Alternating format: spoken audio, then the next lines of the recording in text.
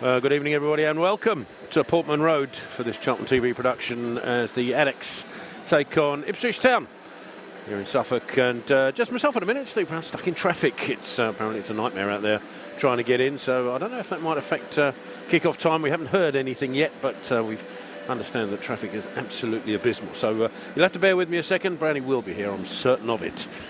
He's panicking at the minute because he's missing out on lunch, but he will be here, and he'll be here very shortly. But in the meantime, we've got plenty of stuff to cram in, including brief highlights of that victory against Sheffield Wednesday that took place at the Valley on Saturday. So just have a quick look at those.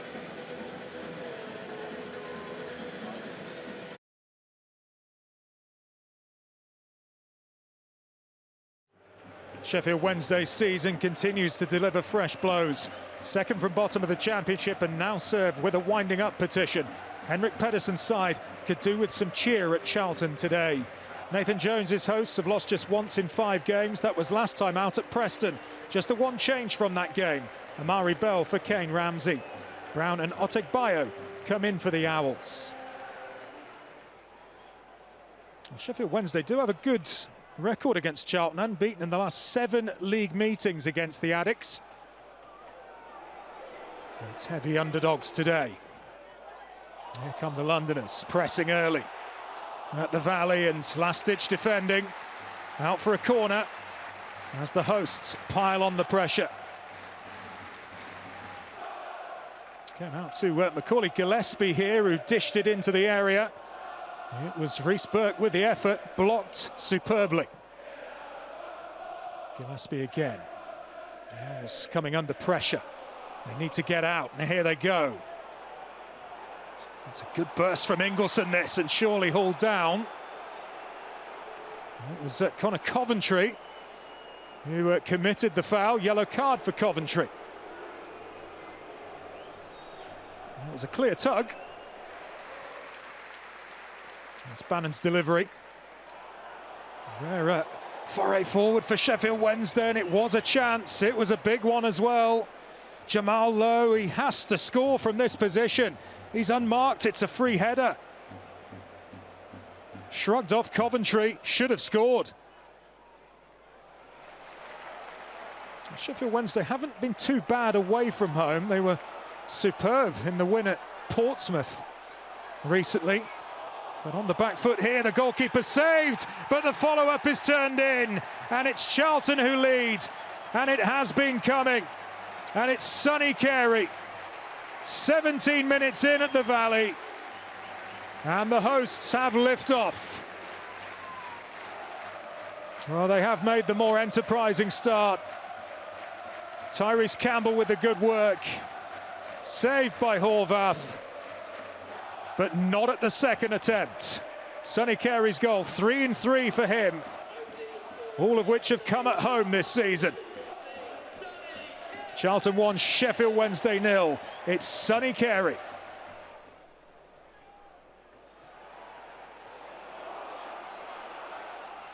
Charlton have an amazing home record, and they're looking to put Sheffield Wednesday to the sword here. It was super defending. Nathan Jones is enjoying what he's seeing from the touchline. It was a really good opportunity, but good last-ditch stuff.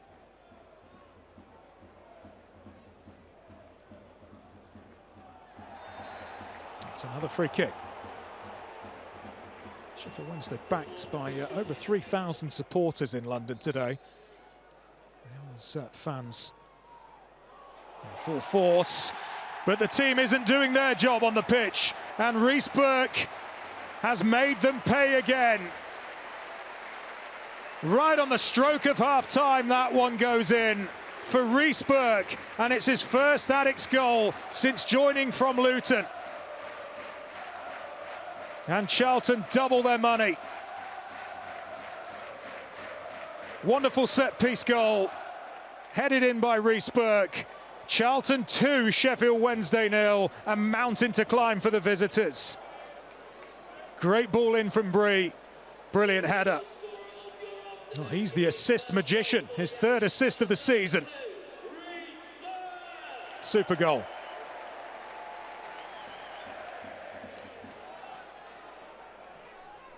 Tyrese Campbell.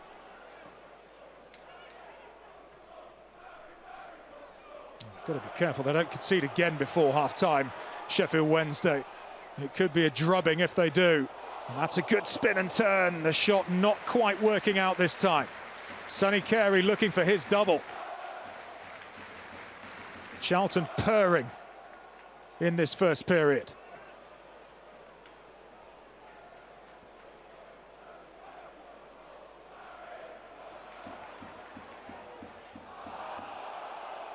Barry Bannon's picked it up. Sheffield Wednesday need one back pretty quickly if they're to make a match of this. And that's a decent ball in, and the header's not bad either from Ingelsson. He got up really well. It's a great attempt. Good football this from the South Yorkshire side.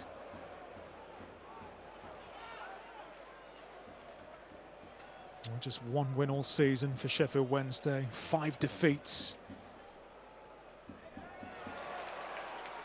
Just one defeat in 4 away games, 5 points on the roads. Might get worse for them here though, it's Sonny Carey again. He's been a threat all afternoon. Sheffield Wednesday struggling to handle him. James Bree's been superb again as well for Charlton. And Horvath keeping the scoreboard down at the moment.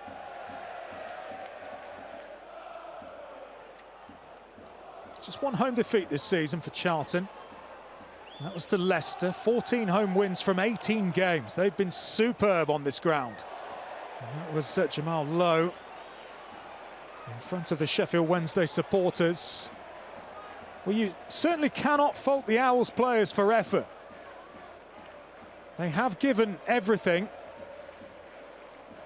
But quite simply, they just don't have the resources.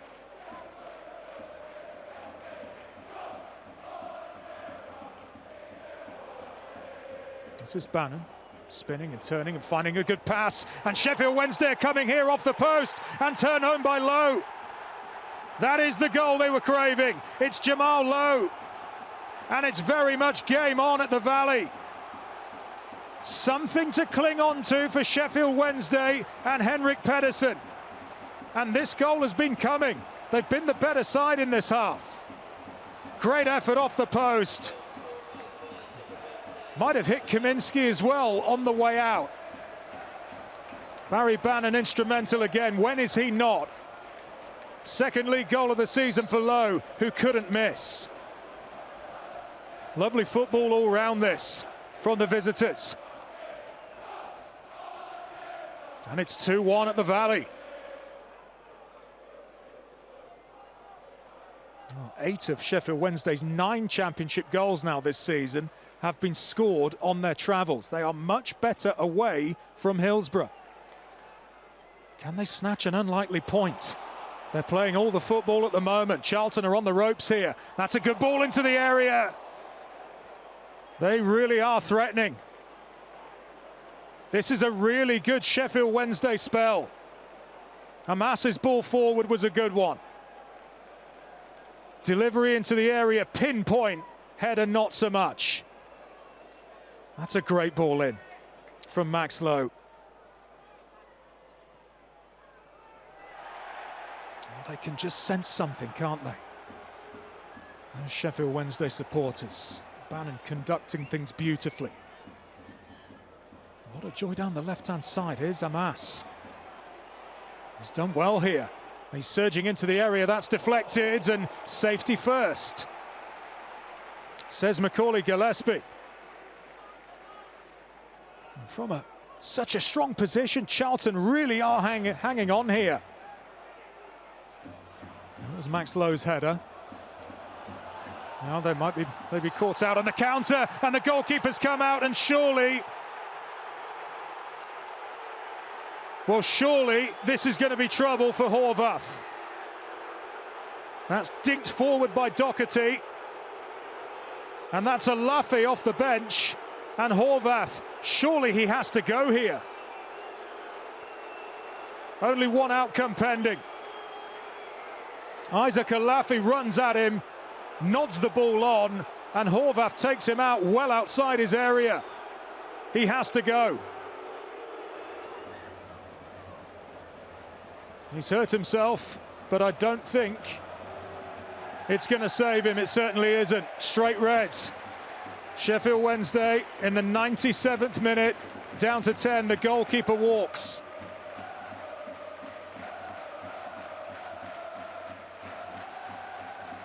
And no arguments. Well, they really have given everything, Sheffield Wednesday, but they might be running out of time.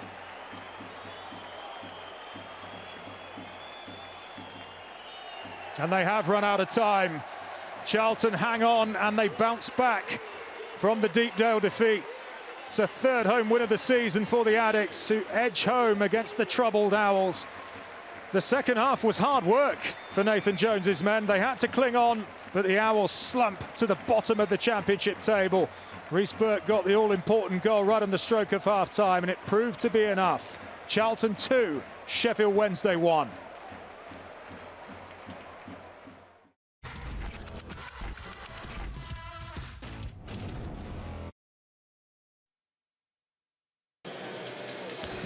So there we are, those were the highlights of that Sheffield Wednesday victory. Another goal for Sonny Carey and the very first for Rhys Burke to give us that 2-1 victory. Maybe hanging on is probably too...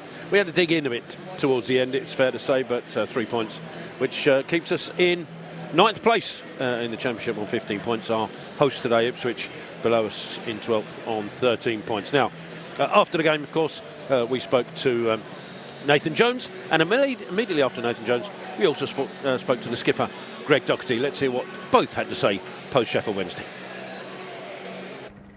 Nathan, win at the Valley today. What did you make of the game?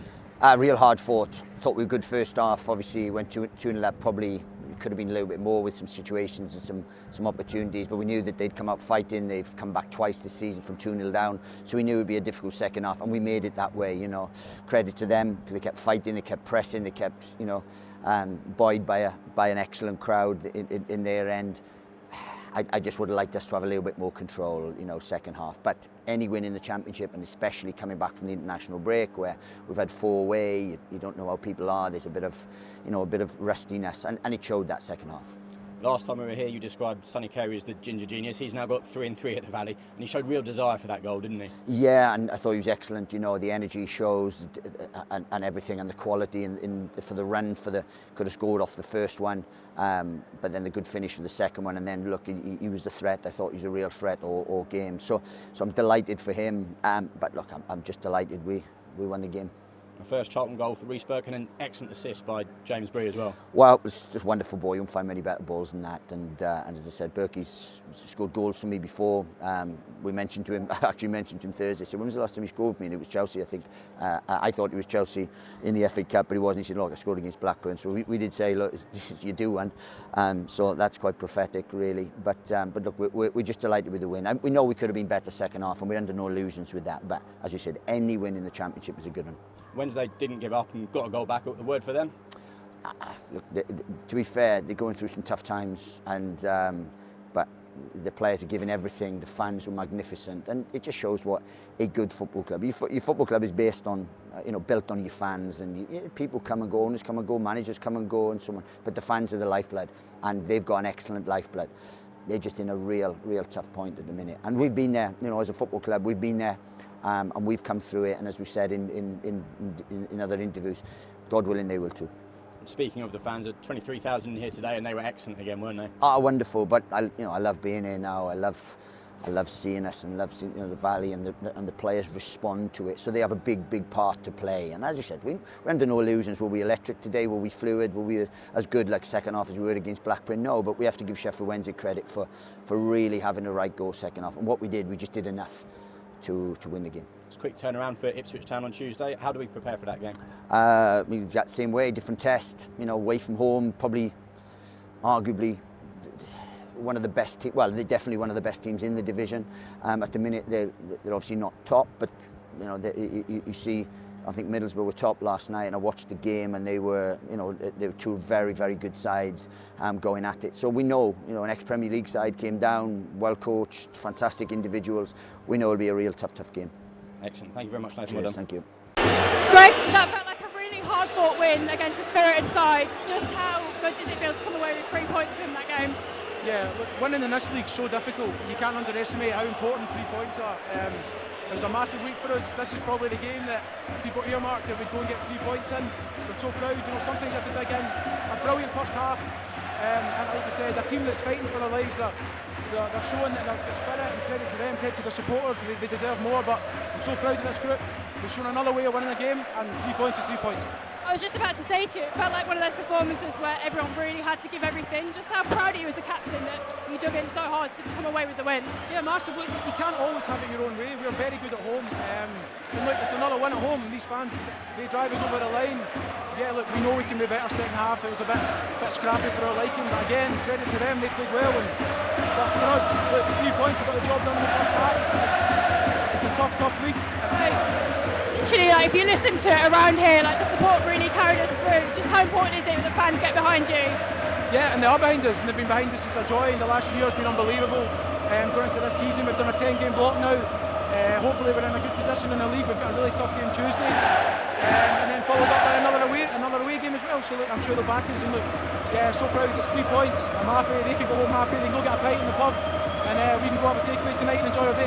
Oh, they sound amazing. I'll let you go and celebrate. Thanks so much. Cheers.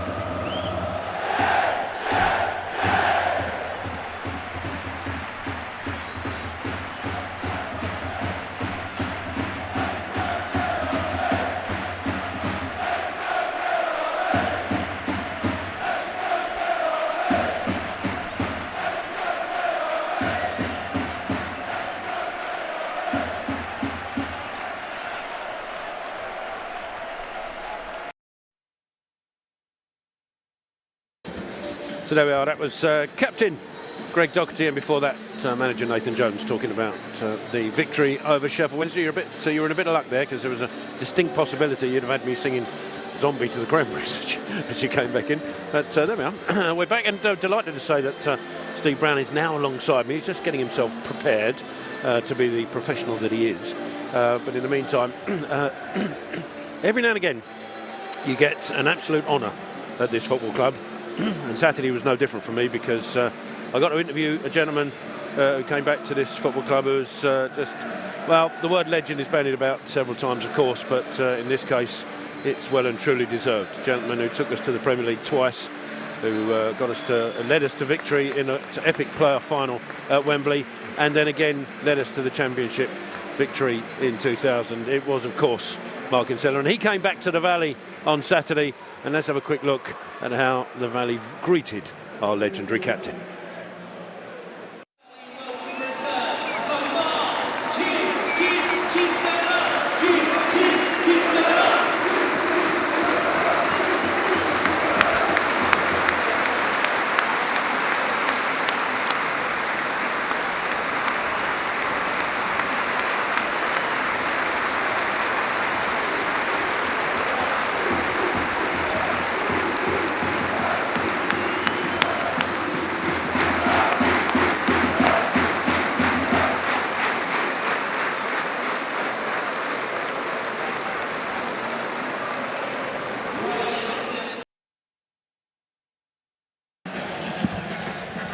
Mark Kinsella, I should say. Yeah, that's correct. To the Valley on Saturday, and all thanks in part to the gentleman alongside me, who's now made his way through what can only be described as traffic from hell, I think, to Portman Road. Yeah. Stephen Brown, well done, mate.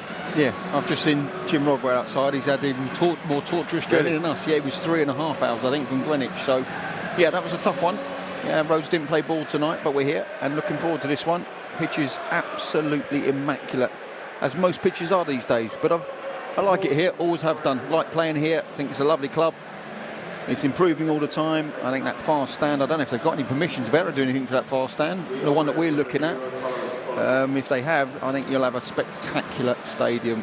Well, it is where the visiting addicts are assembled, right opposite us. 2,000 or so squeezed into that right-hand corner as we look at it. Fair play to them, as they would have had a probably equally arduous journey to get up here. I don't know what the trains are like, to be fair, but we've been up early. I'm going to say there might be a few spaces in the crowd, so I don't know if Ipswich Towns as well have had a bit of struggle getting here. We shall see. They haven't had given us any details of any delay to the kick-off, so we'll assume that we're kicking off as on the time that we should. But your thoughts on tonight's game, Brownie? Because obviously Charlton on the back of another good home victory. Yes, we might have been having to dig in at the end, but another decent 3 points puts us in a healthy position in the Championship. We know how good Ipswich are. We faced them in a pre-season friendly. I know that probably won't have any bearing on tonight, but they're currently in a few spots behind us, 3 points behind us. But that doesn't mean anything this early in the season, really. No, not particularly, especially when you see how the fixtures are bearing out. I think we play tonight, and then we play obviously against Hull on Saturday, and that's 4 away games in 5. Ipswich are the reverse of that, 4 home games in 6. And when you think about how strong they are here at Portman Road, I think they're 11 points from the 13 here at Portman Road. You can understand why they're climbing the table. I don't know how the fixture list has worked out that way, but it'll all even itself out over the 46 games, as we all well know. But it just gives the league table, in my opinion, a little bit of a false look, because if you played the majority of games at home, generally teams are stronger on their own patch. Unless you're Sheffield Wednesday. Unless, well, some will struggle either way. Yeah, and I do feel for them. If we're going to have a quick dart away from this fixture, I do feel for them. I thought their supporters were magnificent Saturday. I thought they had nothing to lose second half, and they gave it a go. And on another day, they might have nicked a point. They did have a couple of headers, but I thought we did enough first half to have won the game. So I think the result was probably right in the end. But they did really, wear the shirt with pride in the second 45 and gave those fans something to sing about, because it's quite an unhappy time there. But yeah, getting back to tonight, you look at the split. This is you can tell this club has just dropped out of the Premier League. There's money being spent all around the stadium.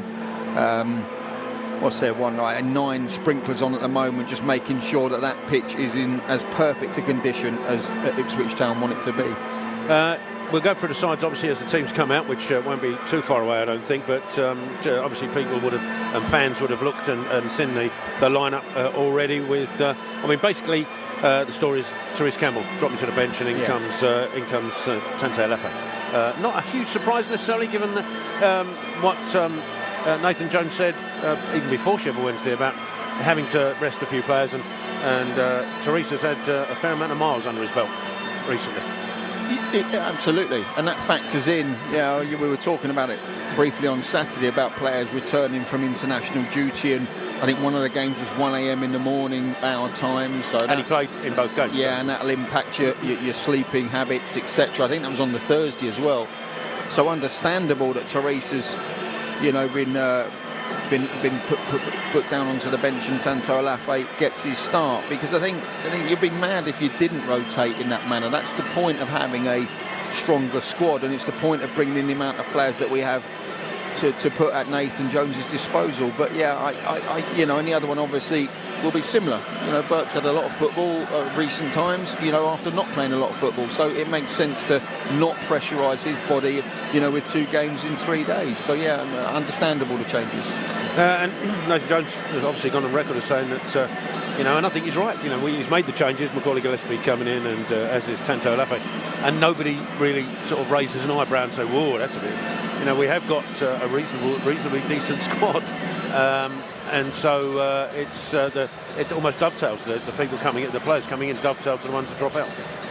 Absolutely, and the telling of how good a squad is becoming is that when you leave or you make 2 or 3 changes and the players coming in, you go, quite like that change, as opposed to, not sure we should be leaving him out tonight. This is a tough game, and you can kind of sit here going, okay, Kane Ramsey was in exceptional form before he's sending off, and I look forward to seeing what Tanto Alefe can deliver, not tonight particularly, but over the course of his time here. There are some real good raw materials in that individual, and I think there's more to come. Nathan Jones loves getting players that he can coach and improve, and I think he will do with Tanto. The raw work rate is there, the strength is there, I don't see him as a natural goal finisher, and I think that will improve with age and time, and that's something that we, you know, as a football club we can work on. But certainly you put him in that role, and he might not give you that 1v1 that Tyrese can give you, you know, in an attacking situation, but he'll give you that raw work across the back line. He'll get in behind defences. He will chase down lost balls. And I'll tell you what, given what the Sheffield Wednesday goalkeeper did to him on Saturday, he shirked that off quite nicely. I think you're going to have to hit him with a juggernaut to knock him off his stride. Yeah, he's got a granite chin, hasn't he? Yeah, if he was a boxer, yeah, you wouldn't be knocking him out. It would be on points. But yeah, it was again, that was a talking point on Saturday. Really poor miss from the referee. It was quite blatant, and I'm not quite sure how he missed it, but he did. We got there in the end, but I have a sneaking suspicion you'll be able to tell me. I might have raised a couple of octaves. I think I started the sentence and it didn't get past the first word. So apologies if you were listening. You had to adjust your earphones accordingly. Yeah, it was a bit incredulous, but as you say, we got there in the end, and that's I suppose all that matters. But you know, I mean, the Ipswich Town, people at Ipswich Town obviously played the 6-0 victory over us the last time we were here. Neglected to play the 4-4, obviously, I get that. We'll probably do the reverse when they come to our patch in due course. But, you know, the last two times we've been in competitive games, 6-0 and 4-0. Is there a bit of a point to prove? Will Nathan Jones use that in any way at all? Is it too far gone?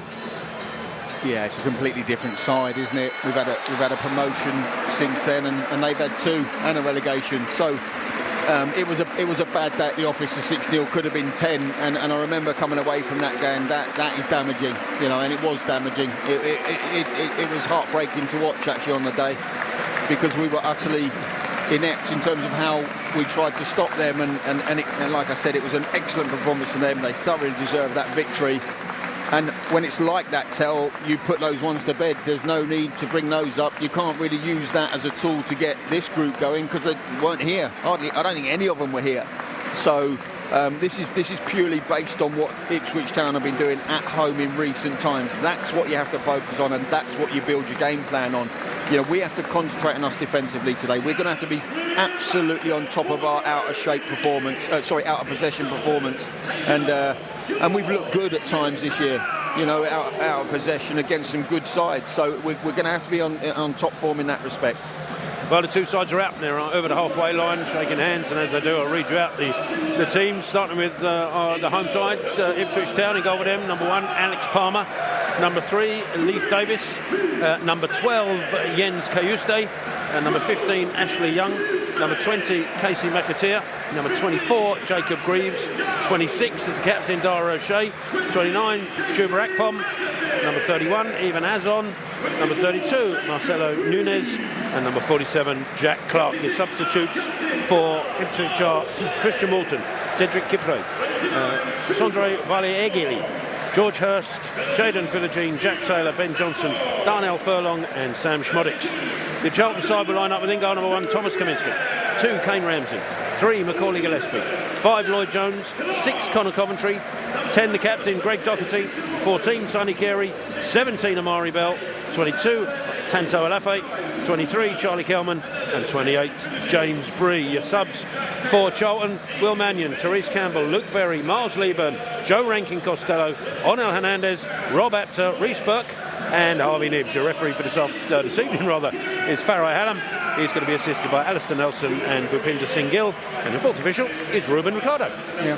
No, what I would add is that, I mean, that has filled up away. It's directly across Mustard Charlton away support, and that has filled up beautifully. I think there's 1,800 plus here tonight, which is outstanding support.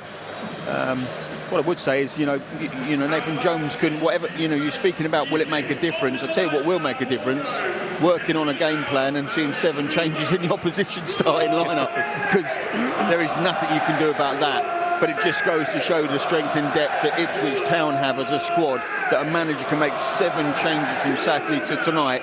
And I can tell you now, Nathan Jones will have not prepared in any way, shape or form for 7 changes. Yeah, the leading goal scorer, of which Philogene is on the bench. As we've seen, scored 5 goals, albeit most of them in one particular game, but even so.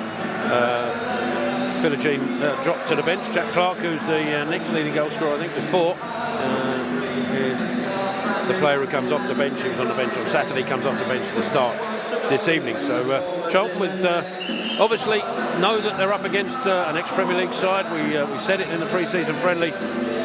We said at that time, was it a benchmark for what was to come? Well, decent enough performance against Ipswich on that occasion, but it's a completely different side we face this evening, and so Nathan Jones will be under no illusion, or his team, what we face, as it looks like Ipswich will get us underway, attacking from left to right. In their traditional blue shirts, white shorts, blue and white socks. Charlton, of course, in traditional red shirts, white shorts and red and white socks.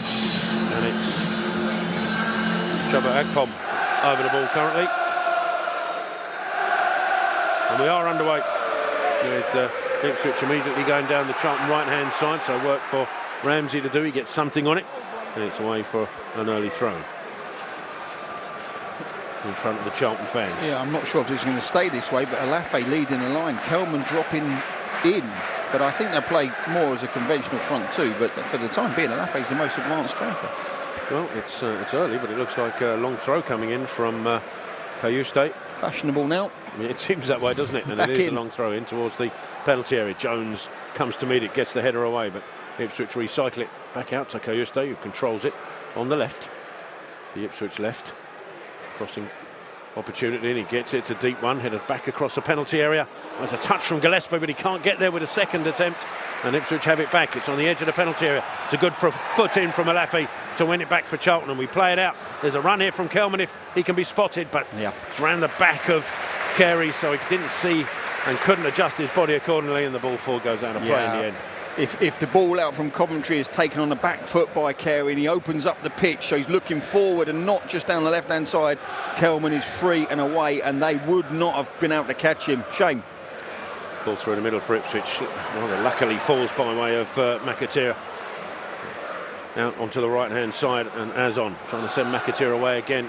And, taking a deflection, and it'll be the first corner of the evening. Yeah, lively start. I think it was Jones with the foot in.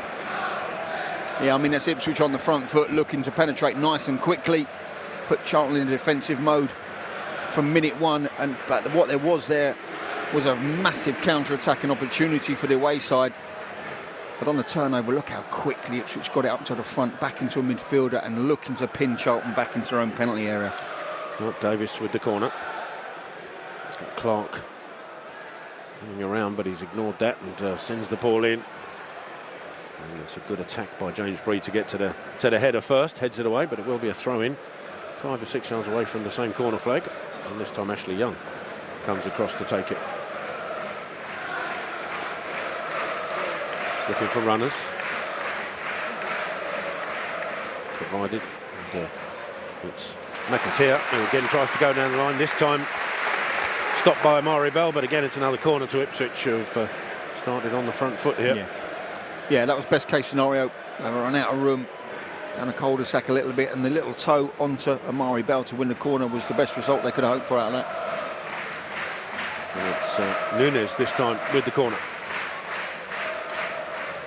Outswing up, ball's body's falling in the box. It goes right across the penalty area, and Davis gets it back to Young, who sends it into the penalty area once more. It's headed back across, this time dealt with by Doherty. I think the ball's going to go out of play immediately.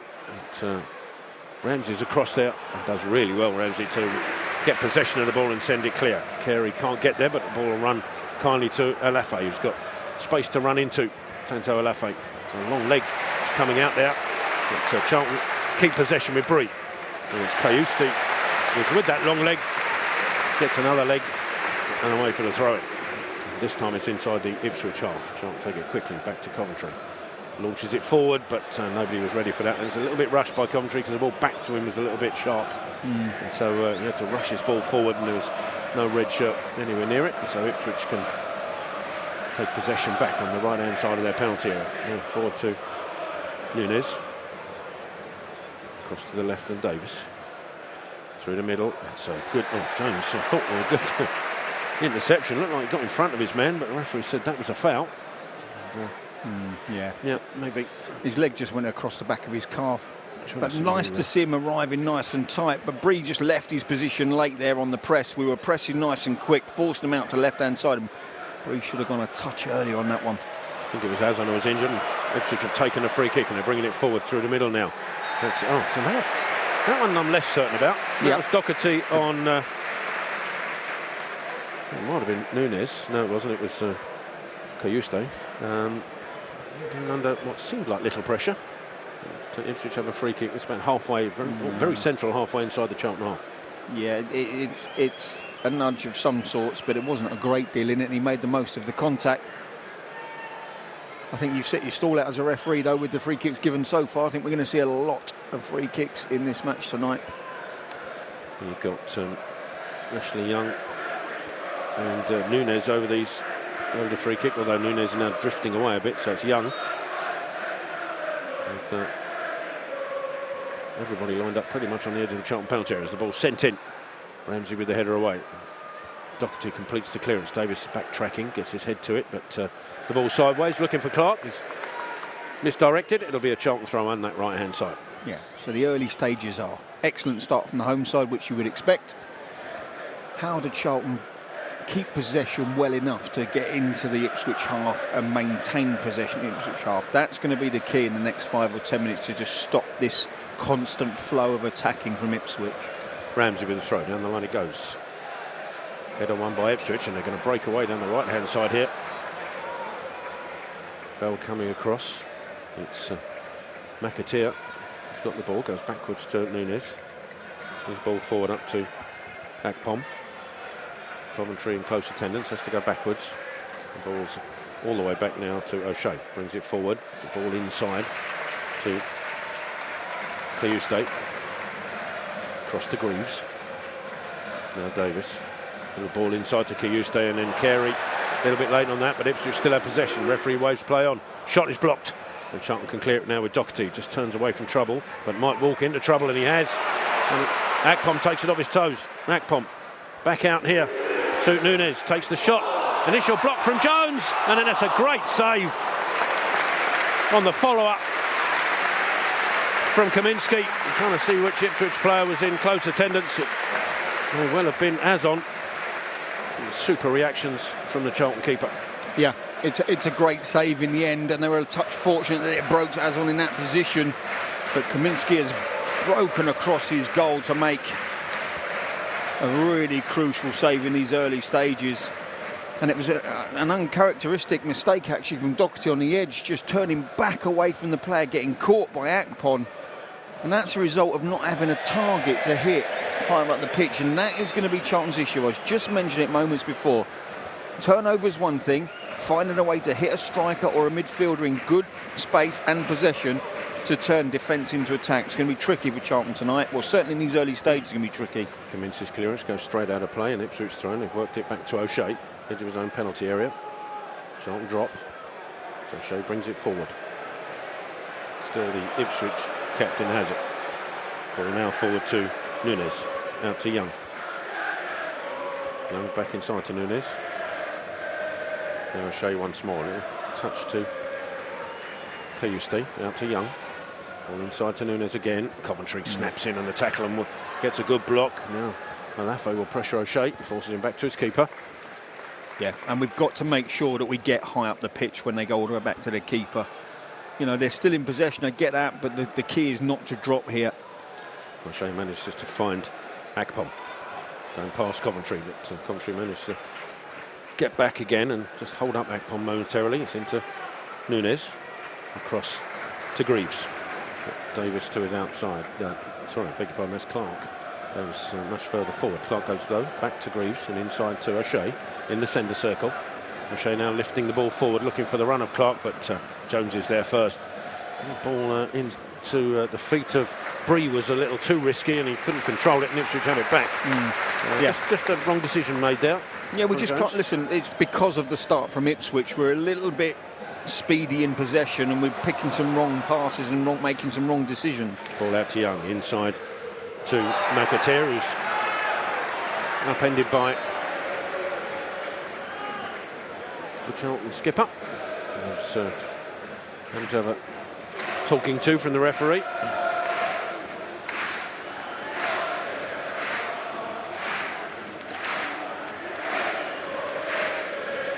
Ashley Young with a quick free kick. Out to the left now from Davis. Further left is Clark. Cuts inside. Right, across is Nunes. Nunes being urged to shoot, takes that shot straight into Doherty, who's flattened by that, and he's down the Charlton skipper, and he'll need some attention here. Yeah, and absolutely. And even if he doesn't, flush in the face. Even if he doesn't take it, just take the sting out of the game a little bit, because they're in total control. Ipswich Town. Hello, we've got a medivac on as well. Physio's on, and man in the biggest green duffel bag I've ever seen. Yeah, I mean, it's hitting flush on the side of the face, so it's going to... I think protocol means you've got to have it. No, got to be checked and he's right to go down and take it, because he'll be breathing heavy. This has been a quick start from Ipswich, and we've done a lot of chasing out of possession. And you're sitting there, and you know the opposition's good when Charlton are scared to go and press their back line, and they're not going to press that back line. They tried to in the first couple of minutes, it didn't work, and now they're stuck in a defensive shape, just shadow in, making sure that they attack the first ball into midfield rather than go chasing the back line, who look very, very comfortable in possession. Well, ball dropped into Ipswich's possession. It's out here with Ashley Young. If you are just joining us, 10 minutes gone. Goalless here at Portman Road, but it's with Ipswich. McAteer on the right, back inside to O'Shea, across to Greaves. Halfway inside the Charlton half on the left, out to Clark. Coventry just holding him up. He has to go back inside to O'Shea in the centre circle. Charlton hold position in the final third. Ball forward, looking for the runner Clark, but Kaminsky spots that, and he's out quickly. And they look to release it quickly, and then McAtee just runs into the back of him. It's actually a very good run from Clark. He runs off the shoulder of his man, and in between our centre back and our left-sided centre back, and the ball's just not good enough to him. It's a bit too strong, but it's an excellent run from the wide player for Ipswich. Ball out to Ramsey. He's trying to find a Laffey with the pass, but Ashley Young steps in. Intercepts for Ipswich. Ball out to the right-hand side is won this time by Ramsey, and trying to find Kelman quickly. Kelman couldn't quite get there, and Ipswich have it back again. Out to McAteer on the right-hand side. An overlap of Young. Still McAteer. Bring it into the penalty area. Takes the shot over the bar. Yeah. And again, look, you don't want to be critical, because that ball was the right ball to play from Ramsey, but it's just got to hit the person that you're aiming it at, because those little 2-yard either side of what you're trying to pass to failures lead to a shot within 6 seconds on the edge of your box. And we've just got to be a little bit better at keeping possession here this evening, because at the moment we're rushed into turning the ball back over to Ipswich, and it's going to be a long night if we keep doing that. Quickly taken goal kick out to Jones, who finds Ramsey, who sends it long, looking for Kelman. Can't get there. Won by Greaves. Coventry first to the bouncing ball. Finds Jones, who has to go backwards under pressure to Kaminsky. Finds the Charlton skipper, Charlton vice captain again. Jones down the right hand side, sends it long. Then Kelman will jump, but he can't get there. But Bree on the follow up might find Kelman with the header. Just can't keep it in. It's a shame. That was a nice move, and Laffey was running into the centre. Unfortunately, that header skipped away from Kelman. It's going to be an Ipswich throw deep in their left hand corner. Well, actually, not quite that deep. Actually. Yeah.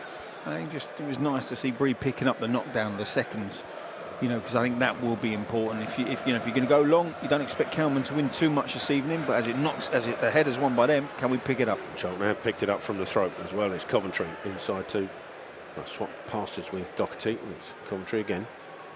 Out to Ramsey, pinned in a little bit, so he goes back to Doherty. He's got Gillespie to his left and Bell further left, but he's looks to switch it across towards Bree, but angle not quite there for that. Davies gets there first, heads it back to his keeper. Yeah, pressurised very quickly by McAteer and just rushed the pass, and it was in between the two. A bit shorter or a bit longer. Good challenge. Does really well to win the ball back from Ashley Young. Now Laffey will run at the Ipswich defence for the first time. His foot in, coming in from Nunes, wins it back.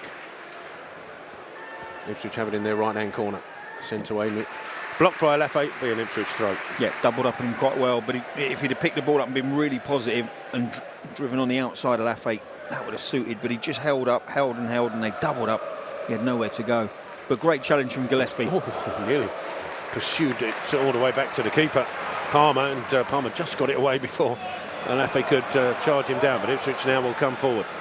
It's in the centre with Cayuste, across to the left, and Clark with Davis on the run ahead of him. Still Clark though. Corner of the penalty area, tries to flick it in. It's come off of Ramsey and away for a corner. And I think Bree felt he was blocked in that move. Leif Davis absolutely poleaxed him on the run, and he's quite right to have a little word with the referee. I'd say, okay, you haven't seen this one, but I'm telling you, that's a foul. Can you please look at that again? Well, I think it was Leif. But certainly whoever the player was up against Bree in that moment, give him a little barge, a little nudge. Down he went. Now corner on the Ipswich left in front of the Charlton fans on the scoreboard. Clark with it. Underneath the crossbar it goes, headed away by Gillespie. It beat Kaminski, who wasn't expecting it to go that quick and low and fast, but Clark has it back. That was out of play, surely. It had to be out of play. Well, they looked it for me. No. I'm a lot higher than that camera position, and I'm telling you, that was out of play. I'd say the replay looks in, but it's, you know, it's a quick replay. But I will say brilliant from Gillespie, because Kaminski was concentrating on the man, lost the flight of the ball, and that's 1-0 down if Gillespie doesn't cover his goalkeeper, and he covered him well, and he's just made a great clearance at the near. It's another corner coming in. This time Gillespie gets his head to it again. Drops in the centre, and then there's a foul coming in on Carey. Ryan Nunez, Charlton have a free kick. Yeah, Gillespie's a one-man mountain at the moment. That's another good header from underneath his crossbar. And then Carey using his body very well to draw the free kick. Yeah. Well, we've had a quarter of an hour, just coming up to 16 minutes, in fact, here at Portman Road. Charlton yet to really trouble Ipswich in their final third, but it remains goalless as Kelman looks to battle against O'Shea, who gets his head there. Charlton will have a throw, though, halfway inside the Ipswich half down the left. Yeah, I think we knew we were going to spend long spells of tonight out of possession. That was a given. Bell back to Gillespie, inside to Jones. It's got Coventry in support to his right. Coventry on halfway, bringing it forward, looking for movement. Well, he thought Ramsey was going. He did. Ramsey didn't go, and so the ball's going to it's one of those classics. Away for a goal kick. It's one of those classics. You look up at the player, he makes his running behind. You look back down at the ball, he checks up, and you play him behind.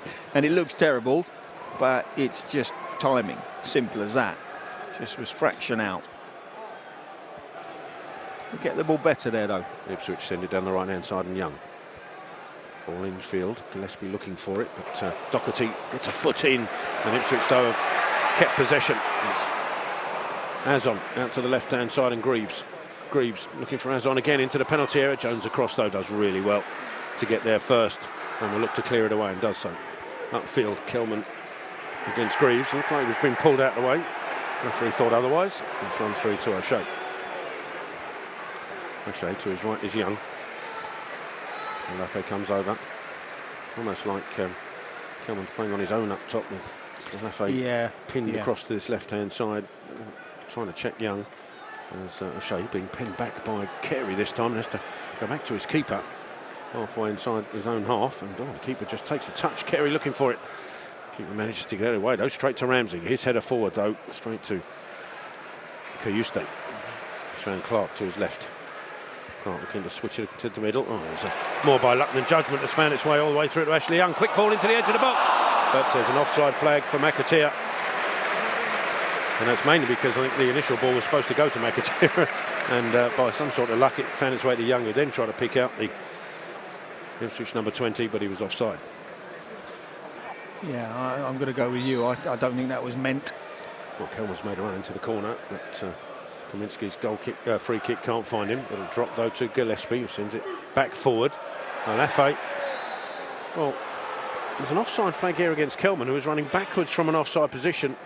I don't know whether Jones is unhappy that Kelman was too close to the ball, which is why the offside flag's gone up, or is annoyed at the officials for not realising that Kelman wasn't trying to play the ball at all. I think he's given a foul by Kelman. Do you think? Yeah, on the centre half. Yeah, I think the offside. But the linesman definitely flagged. Yeah. I think he's just giving it for the centre half getting checked up by Kelman. But not sure. Ipswich have it in their own defensive third. Ball forward to Akpom, who's come short. He's dragging Gillespie out with him. Ball out to Davis. It's backwards to Greaves, inside to O'Shea. Out to Young. Young looks forward, but forced backwards by Lafay. There's a little touch by O'Shea, and it's picked up by Doherty. Can he get to the second ball? No, Clark just stepped in, spotted it, Clark, and got there first. And he's still on the ball now, Clark, bringing it forward, up against Coventry, out to the right is Kayuste. McAteer, further right. Kayuste goes on the overlap. McAteer tries to swing the ball in. Gillespie just gets there first, and only just, I have to say, with, I think it might have been Azon closing him down, and he stayed down, Azon, because I think he took a whack from the Charlton number 3. And the keeper goes down almost on the halfway line. I don't know why, because it doesn't need that tactical decision, because Azon is down anyway. But there we are. We've got 2 Ipswich players down. The keeper on the far side. Maybe that's genuine, I don't know. And in the box, actually, it might not. Yeah, it is Azon, definitely. He's just getting to his feet now. As Gillespie got the clearance away, Azon was right on him. And I think Gillespie's follow-through caught the Ipswich striker. I think that's a fair assessment. Took one across the kneecaps. He'll be fine. I'm not sure what the keeper's all about, because you're absolutely right, Chad, and I'm not sure what they need to discuss tactically. Well, the only thing I'd say is that Azon didn't need any physio assistance, so we'll restart without any problems for Ipswich, whereas if the keeper's gone down, so obviously the Ipswich bench needed something to tinker with. Yeah, I mean, they've all come over. Yeah, no, I think he's... No, he's genuinely genuinely injured. Yeah. This is a first. Yeah, no, he's off. And they've just made the sub sign. So we're going to have Alex Palmer coming off, and 2 games in succession that Charlton have faced teams where their goalkeeper hasn't made the full 90. And who have they got? Is it Walton? I think is the replacement keeper. I'm pretty sure. Let's look down the list. Yeah, Christian Walton is the replacement keeper. He'll be called into action very shortly. Not quite sure how he's managed that. No, I'm not either. And it must have been that. Only had about 4 touches. I don't think it was a contact injury, let's put it that way. Yeah. Unless it was one of his own players that we didn't look at. But no, he's definitely made the sub sign, the physio. Let's have a little look. He's definitely strained something, hasn't he? Yeah. That's muscular, I would suggest. Yeah.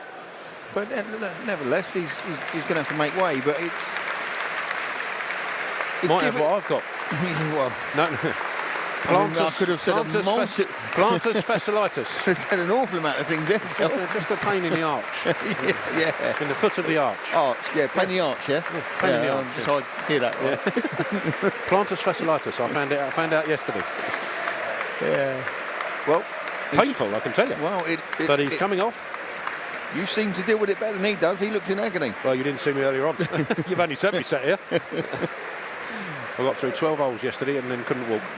Still 12's better than none, which is what the way I played it wasn't. Anyway, okay. We digress. Well, you're going to see a change of keeper with Walton going in between the sticks, and so it wasn't the tactical keeper change that we thought it was. Absolutely not. But what it did give was Nathan Jones an excellent couple of minutes with his 10 outfielders to just try and give them something to grasp onto in terms of his sin, something that they do that leaves them a little bit exposed, or there's a time when we can press together, there's a trigger that we're not quite getting right, that where we can press together and maybe put Ipswich under a little bit more pressure. But we'll see. So there he is, Christian Walton, number 28, in place of Alex Palmer.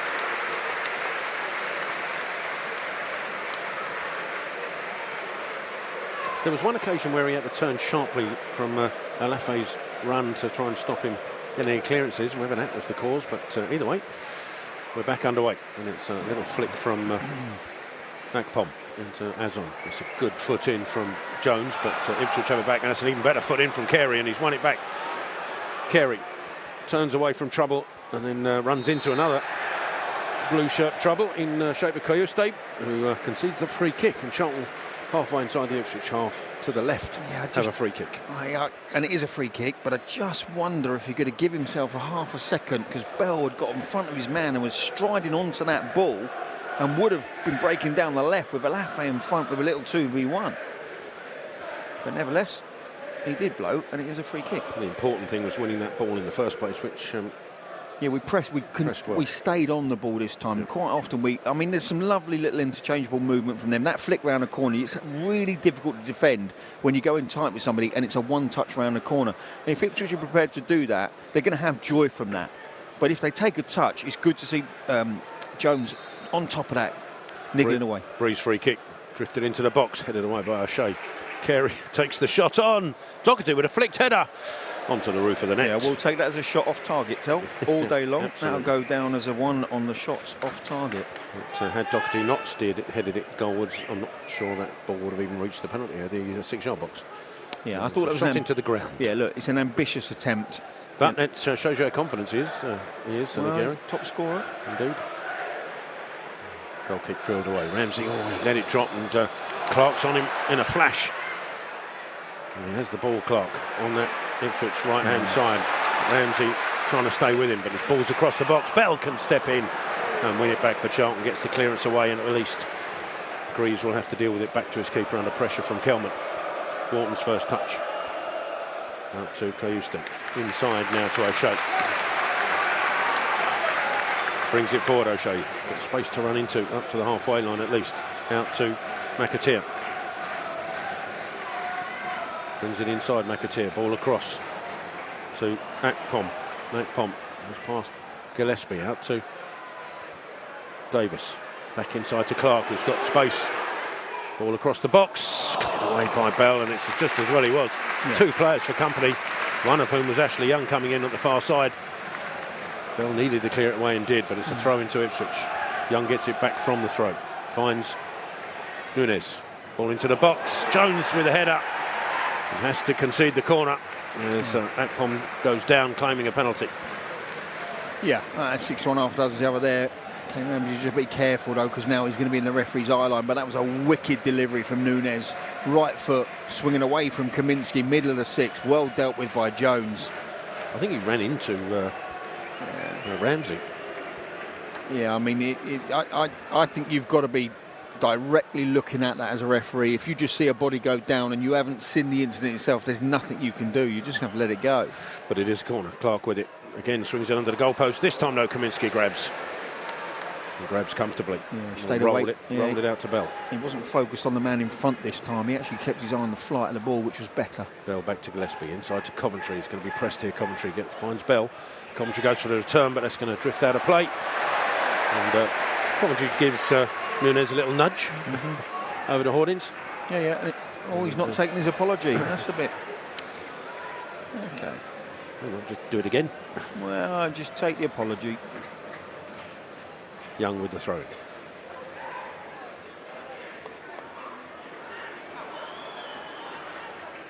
Into Clear State, back to Young. Inside to Akpom. Driving through the middle. Shoulder charges Doherty off. Ball out left to Davis. Now Clark to his left. Clark up against Ramsey. Breeze there as well. Clark shuffles backwards and it's into Nunes. Shooting opportunity. Well over the bar. Yeah, first touch needs to be killing that ball stone dead, and then he's got a great chance. Great to see 3 players out on top of that. I think we've got Bell, Jones and Coventry all making sure they shut that shot down, which just catches the eye line of Nunes. The first touch isn't ideal, but there's still a chance to get the volley away. But when you see 3 red shirts chasing you down, you can see just the effect that had. Goal kick quickly taken into Gillespie. Out to Bell. He'll be under pressure, Bell. Skips past his man. Well, Nunes, and he's on the run, Amari Bell. Amari Bell still in possession. Still coming forward, Amari Bell. Little touch into Kelman. Can he get there before the keeper? No, he can't. And as Steve Brown is pointing, James Bree was the ball. Yeah, he had Carey square and James B. It could have gone Carey to Bree. It could have gone Carey shot. I can see why he tried it, because if he pulls it off, it's a shot for Kelman off the shoulder, but I think there were better options. But a brilliant break from the wing-back down his left-hand side. Jones with a good foot in on Azon to stop the Ipswich striker getting an end of a through ball. It's worked back to Kaminsky. He's going to send it away under pressure. Bree with a touch. He might get another one here. No, it's dropped to Kayuste. Inside to Nunes. Nunes looking for runners. A little flick round the corner. And again, Ramsey going to be able to deal with this. Back to Kaminsky. sends it skyward, up towards the halfway line. Kelman can't get there as Greaves just nudges him out of the way. It runs back to O'Shea. Can't get the front two in it, can we? O'Shea out to Young. 2-on-1 here with Bell. Out to McAteer. McAteer taking on Bell into the penalty area. Bell with a blocked from the attempted cross, and it's away for a throw-in. Yeah, really good defending. Keeping your eye on the ball, not going with the body shape. Young with the throw. Backwards to O'Shea. O'Shea back across to Greaves, who's halfway inside the Charlton half, the centre half, bringing it forward. Out to Clark. Sorry, out to Davis. Clark in support. Davis gets it back from Greaves, who stayed forward. Now it's back with Clark. O'Shea.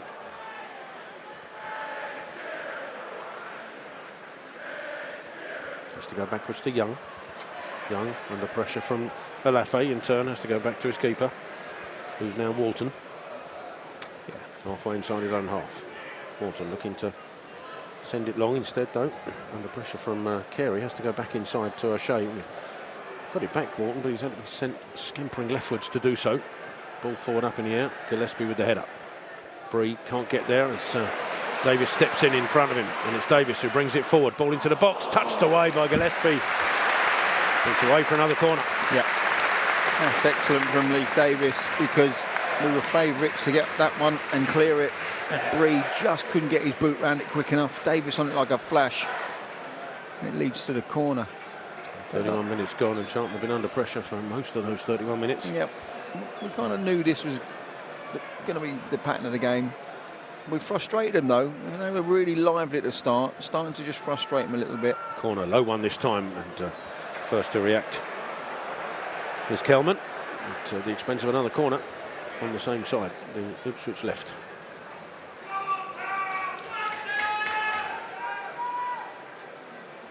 Still Clark.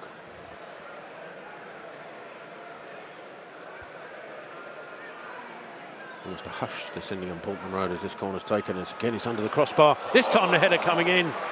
It might have been Greaves who got there first. It was. His header goes over the bar. Yeah. Just leaning away. I've said this, I say this all the time, almost every week. It's really, all you can do is let that hit your head and cushion it into the far corner, because you can't power it down into the ground because you're going away from it. I don't think O'Shea will be thanking him, because I think he was coming in on it behind him. But, you know, yeah, he may not have got there because he did have a Charlton defender in front of him. But, like I said, it's very hard to head those down because you're leaning away and going away from goal. But they're decent deliveries, these. Kaminsky tries to find Olafe with the out ball, but it goes straight out of play, hence the cheers. And Ipswich have it back with a throw. O'Shea works it back to his keeper, Lawton. To his left is Greaves. Further left, Davis. Ball down the line, looking for Clark. Good foot in from Ramsey, and he's found Bree. Carey with a touch back to Ramsey. Ramsey back to Jones. Inside of him is Gillespie. Gillespie 1-2 with Coventry, and he's got space, Gillespie, and he tries to reverse pass up towards Kelman. Headed away by Greaves. Doherty with the touch, but he can't find a red shirt, and it's picked up by McAteer. Bell for company. Turns him around, goes backwards to Young. Inside to Nunes. Across to Greaves. Ball forward, cut out by Bree, and he's found Kelman. Kelman, a little reverse ball, he should have held onto it. And that is one of our Jones biggest issues. is absolutely livid with that. Yeah. And we've got it back though. Kelman has got it back. Can he pick a better pass on this occasion? He can. Back to Ramsey. Ramsey inside to Jones. Jones on the right hand side. The centre halves tries to go long. Nobody on the same wavelength, and it runs through to Walton in the penalty area. Still remains goalless here after 33.5 minutes. Yeah, he was actually aiming for a diagonal, cutting away out to Bree, I think, and he just hooked it. There's a ball work left towards McAteer, but Bell read that and he's stepped in for Charlton. Got possession, he's turned away from trouble. Inside to Jones. Coventry to his right. Coventry looking for options, none really available, so Jones takes over again. Once more, Connor Coventry. Now Jones will look to find Gillespie. Bell out on the left-hand side. Ashley Young looking to close him down. Bell brings it inside. He's got Kaminsky as an option, and he uses him. Jones to his right. Now to Ramsey. Back inside to Kaminsky. Gillespie available. This time Gillespie's got a bit of space. Chooses to pass it up to Bell though. Back to Kaminsky. Back to Gillespie rather. Inside to Coventry. Charlton with a bit of spell of possession, but haven't gone anywhere with it as yet. There's Ramsey inside to Coventry. Now trying to send Bree on his way, and Kelman. Kelman will get there first. Ahead of Greaves. Still Kelman. Little touch inside to Bree. Ball it back out to Carey. Carey lifts the ball into the box. Just too high for Alafi. But Bell will pick it up on the left-hand side by the touchline. Drags it back across the box. Shot coming in from Carey, and he just took his eye off it, I think, as it bounced. And he skied it up into the stands, but that was an opportunity. That is by far and away our best move, and it started with some really good possession deep in our own half, and it was the ball from Coventry around the corner to get Kelman away was the difference. Once he retained possession, we had bodies high enough to support, but as that ball comes across to Carey, you want to meet it flush. I think letting it bounce on the half volley was a little bit of a mistake. If you can one step into that and flush on the volley with the laces, I'd love to have seen that, but it was a good move from Charlton, their best of the half. Charlton try and press, and Ipswich have bypassed that press momentarily, and it's ball forward. It's just bypassed Jones as well. Ramsey trying to make it back. It's into Akpom, who shoots off the crossbar. Back to Nunes, little header into Azon, who takes the shot. This one blocked by Jones. Charlton escape from that quick counter from Ipswich, but they're in possession again with Kayuste. Kayuste up it towards the edge of the penalty area. Ball into the box, but nobody on the same wavelength, and it runs through to Kaminsky. But Charlton survive a scare. Yeah, well, that was a spectacular strike. Kaminsky completely beaten by the pace and the power, and he's very thankful that has cannoned off the centre of the crossbar and back out. Kaminsky with the clearance. Cameron trying to get there, but first to react is O'Shea, and he's found Nunes. Inside is Akpom. Little touch to McAteer. Selton out to Kayuste. He's got Young out to his right. Young back inside to Nunes. Ball across to Akpom. Little touch inside. McAteer. Another touch. This time into. It might have been Davis coming across from left back, coming into the centre, but he couldn't control the pass, and it's into Kaminsky's arms.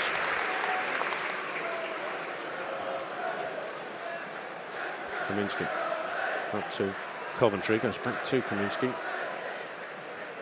Now tries to send it long up towards Kelman. Can he get there, Kelman? Little flick on, Alafe looking for it, and he just levers his man out of the way, Alafe, and he's in possession up towards the edge of the penalty area. Can he finish, Alafe? No, saved by Wharton. Another good opportunity for Charlton, this time saved by the keeper. Good work from Kelman and Alafe to fashion the chance in the first place. Keeper up to it, it remains 0-0. Yeah, I'd like to see that go past the keeper's right foot, not across him. I thought the bottom right-hand corner of Wharton's goal was open, but it's tough. He's under pressure, he's bursting away. We've barely had a sniff on that Ipswich goal, and he just got the ball caught underneath him, and he also crabbed it across. Wharton making the save his left, but like I say, would have liked to see that slid past his right boot. Well, it's a couple of warning shots across the bows of Ipswich. And Jones this time stops Ipswich coming forward. Great tackle on Azon. Ramsey across to Gillespie. For Doherty, which he won't thank him for, but he gets it back, Gillespie. This time Coventry in front. Starting to keep possession though. You know, it's no coincidence. Our best two moments have come deep in this first half when we've kept possession better. Gillespie trying to switch it across to Bree, but doesn't find him. Clark steps in, wins it back for Ipswich, and then Doherty might find himself with a yellow card in a second, as he's just blocked off Kayuste, who's still in possession, so the referee's allowing play to go on. Out to the right of Akpom. Young on the overlap, but Akpom comes inside, finds O'Shea, joining this attack forward. Nunes into the centre, and O'Shea once more. Out to Young, just inside the Charlton half on the right. Sends it into the corner of the penalty area, and that should be too much, and it is, and Kaminsky can grab it. And I think Doherty might have got away with it purely by length of time. and you know, he allowed play on, which was a good lead from the referee, but he's on, you know, he's in the referee's eye line. But that was excellent covering position from Jones. Even if that ball was the right ball with the right weight, he'd read it nice and early, come across and cut that one off. Oh, Kaminsky with a loose ball out. It's gone straight to Nunes. Nunes towards the edge of the penalty area, drags it back onto his left, looks to shoot, does shoot, but wide of the goal. And Kaminsky immediately puts his hand up as by way of an apology. Yeah, he's a tricky little player, Nunes. Low centre of gravity, shifts the ball very well from left to right, right to left. On this occasion, it was from his right foot across onto his left to open up that little curler from about 20 yards out, trying to go for Kaminsky's bottom right-hand post. Well, it won't surprise you to learn that the referee's had an extended chat with the Charlton captain. Yeah, that's his last one, isn't it? He can't do it again for sure. Kaminsky sends the ball away. Lovely header from Kelman to find Alafe, who just couldn't get it in his stride. Tanto Alafe just bypassed him and allowed Ipswich to get the ball back to his keeper. Well, surely it's a back pass, that one. As the keeper then throws it out to Young, who's on the move into the Charlton half. Still Young, back inside to Nunes. Now Kayuste. Nunes once more. To the right is Young. Young looking for movement. Inside is Kayuste. Little touch inside, which is read by Jones, who just clears his lines really without putting a lot of thought into it. Tired. He had more time, but you're tired, Tel. You've been defending your backsides off for the best part of 40 minutes. You know, to Azon. To McAteer. Bell just drags onto the floor. But Ipswich still have it. It's with Greaves on the left-hand side now. Clark to his left. Clark with Davis hugging a touchline. Cuts inside. Still Clark across to O'Shea. O'Shea into Clark again. This time fronted by Coventry. Clark goes right. And Alafe gets a foot in. But unfortunately has deflected it behind for a corner. Yeah, I mean, it's obviously stopped the pass out to his right-hand side. Forced a corner, but patient build-up play from Ipswich. They are very good at that. Nunes with it on the Ipswich right.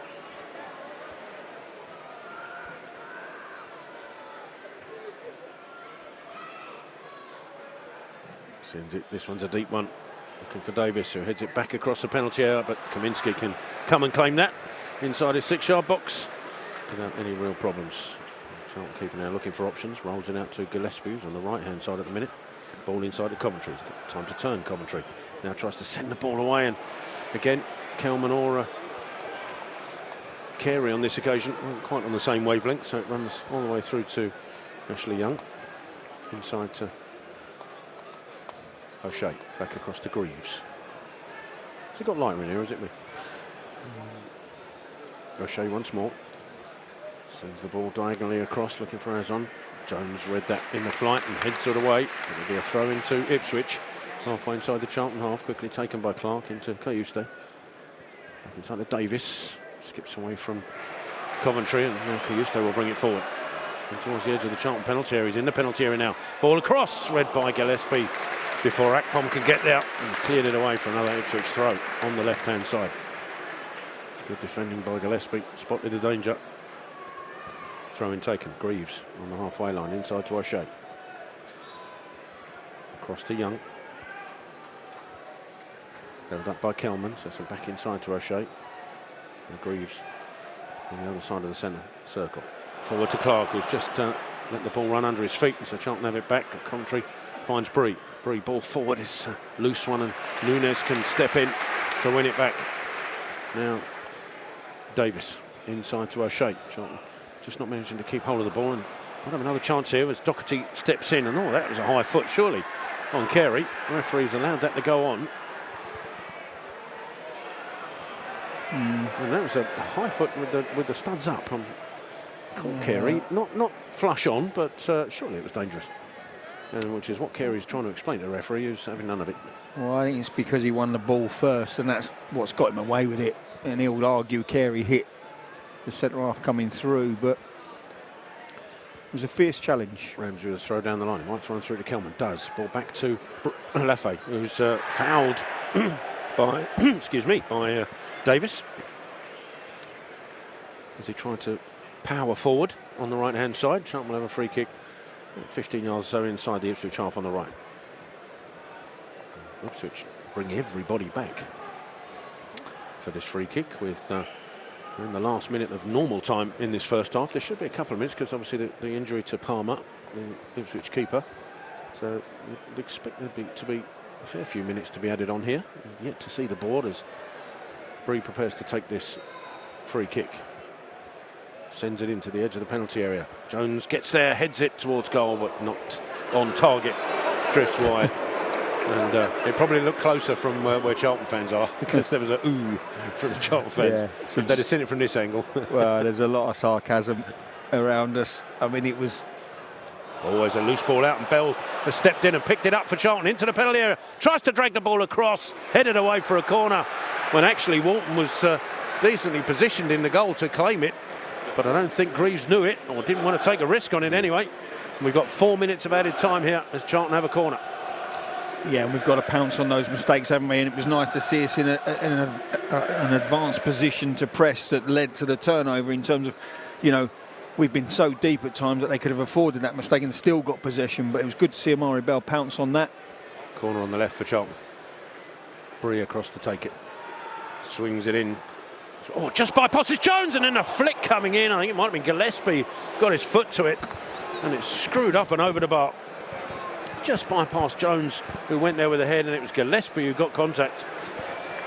And screwed it over the bar. Yeah, we've had real chance. Listen, despite the statistics, despite the possession, despite the amount of shots that Ipswich had rattling the crossbar, Alafe's had a 1v1. See, looking at that, Kelman was closer than Jones. I didn't see it from the angle, but it was Kelman who was closer to the header.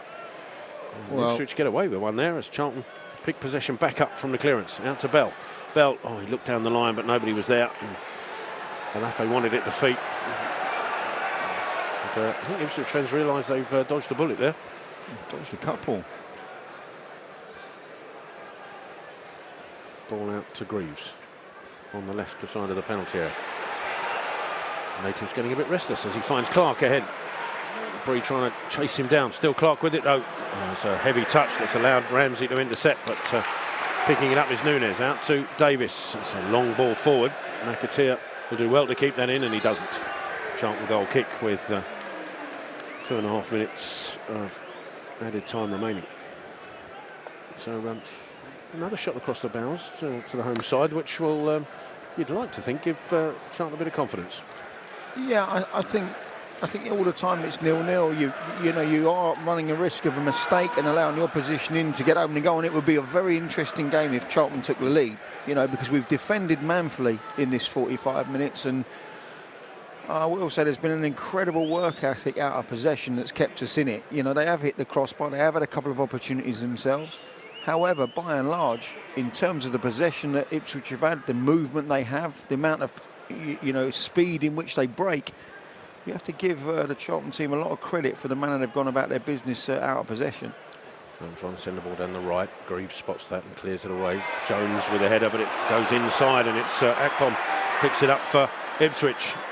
And Doherty coming back, and he's almost certainly going to be in the book now, and he is. Well, as soon as he made the challenge, and Akpom hit the floor, his head hit the ground. I thought, oh, I know what's coming. Yeah, no arguments from the skipper. And actually Coventry had a little tug as well just before he got there.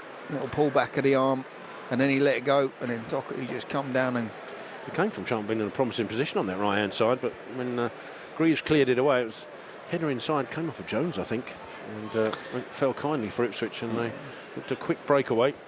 Just got off balanced.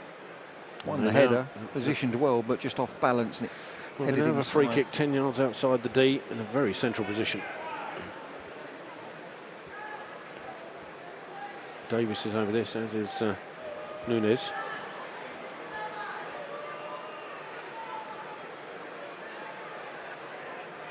Ashley Young standing in front of the wall. Obligatory. I don't know how big a distance is that. I don't know what it's supposed to be, but standing in front of the Charlton wall, just to the left of it as we defend. Nunes and Davis over this free kick. And it's going to be Nunes. Strikes it well. Just over the bar as well. Just skimmed the roof of the net as it went over. Bit of a delayed reaction from Kaminski. Did he have it covered? What do you think? Yeah, and there's the whistle. And there is the half-time whistle. And Charlton go in all square. You'd have to say it's been predominantly Ipswich's half. They've had shot from Akpom, cannon off the crossbar, and plenty of other opportunities which Charlton have had to deal with. Not least the save from Kaminski at the feet of Azon. But the Addicts have also had their moments. The skied shot from Carey was one. The one-on-one between Alafe and Walton was another. And then the dink over the bar from Gillespie. So Charlton have had their moments. You have to say largely it's been Ipswich in the dominance in that first half. But Charlton going goalless, and cause for optimism for the second half, Steve Brown?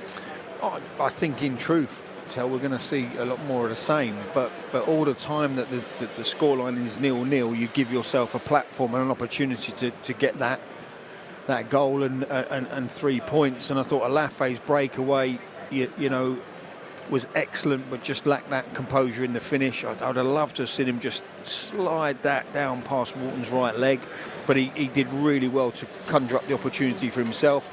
I think the volley at the far post is a smidgen of a chance, but I'd like to have seen Carey meet that full on the volley. And then the flick on at the end there, I think that's a great chance. You just sort your feet out. If you can actually get on top of that ball before it bounces, that's a tap in for Gillespie. But they're the bright moments.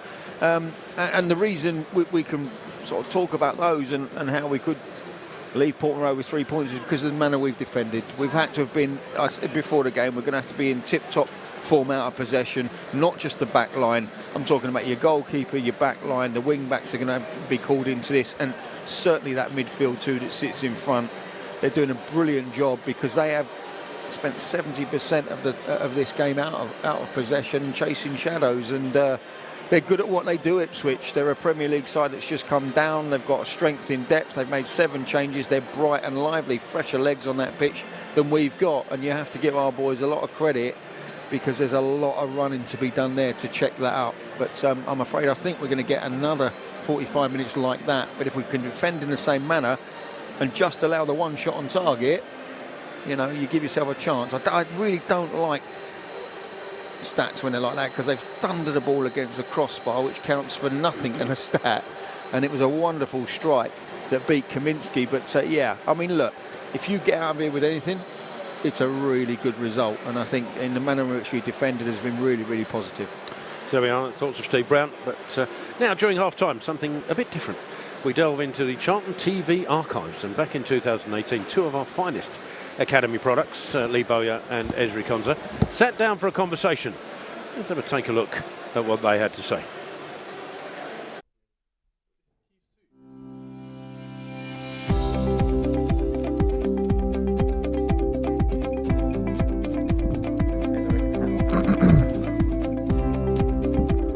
Papa Smurf.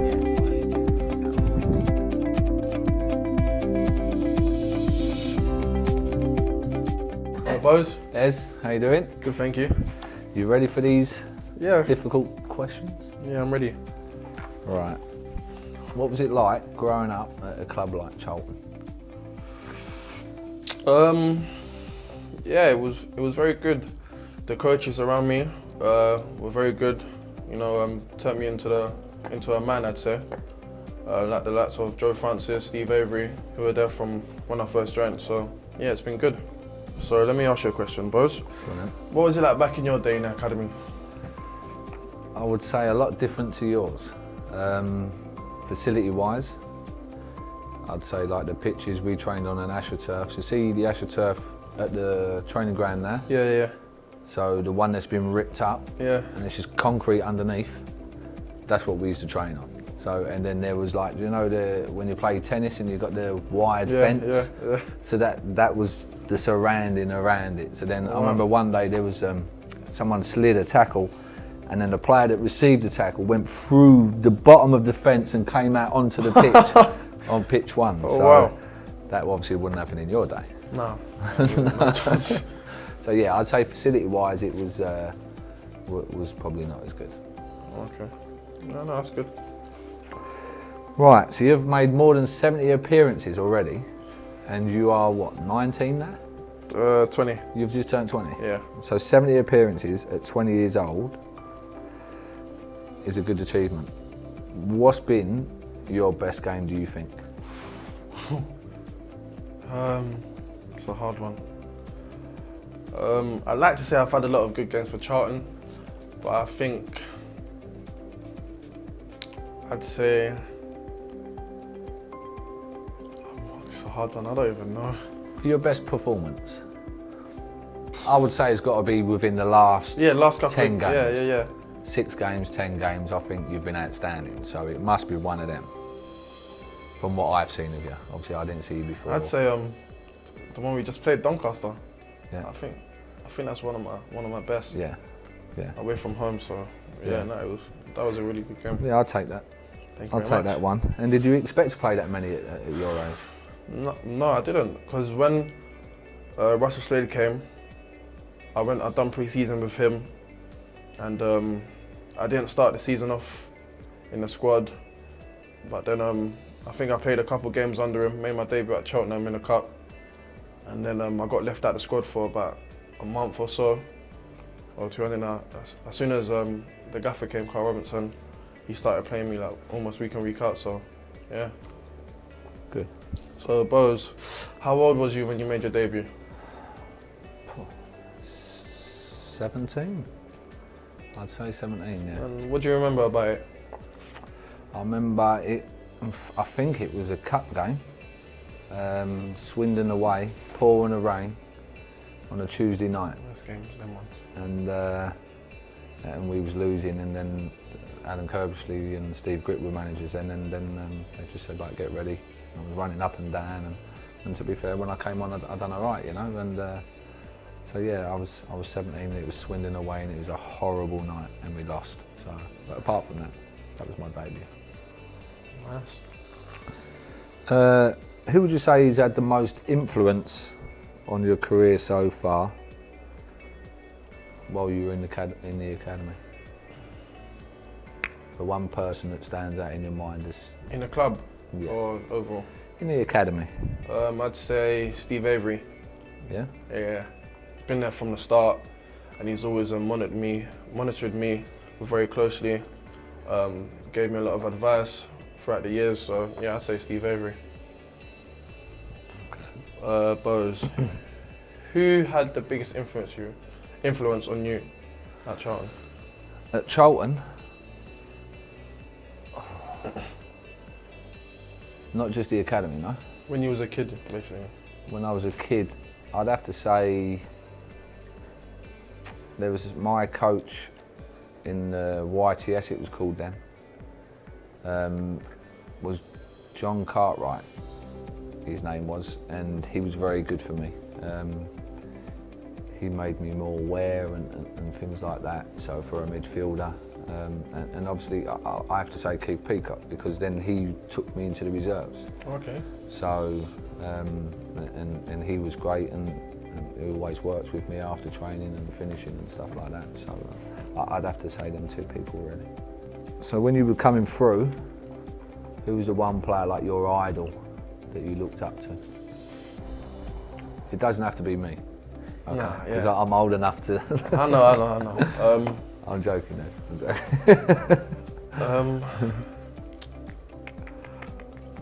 You weren't even born when I was playing. How bad's that? How old does that make me sound? I wasn't born. Oh, wow.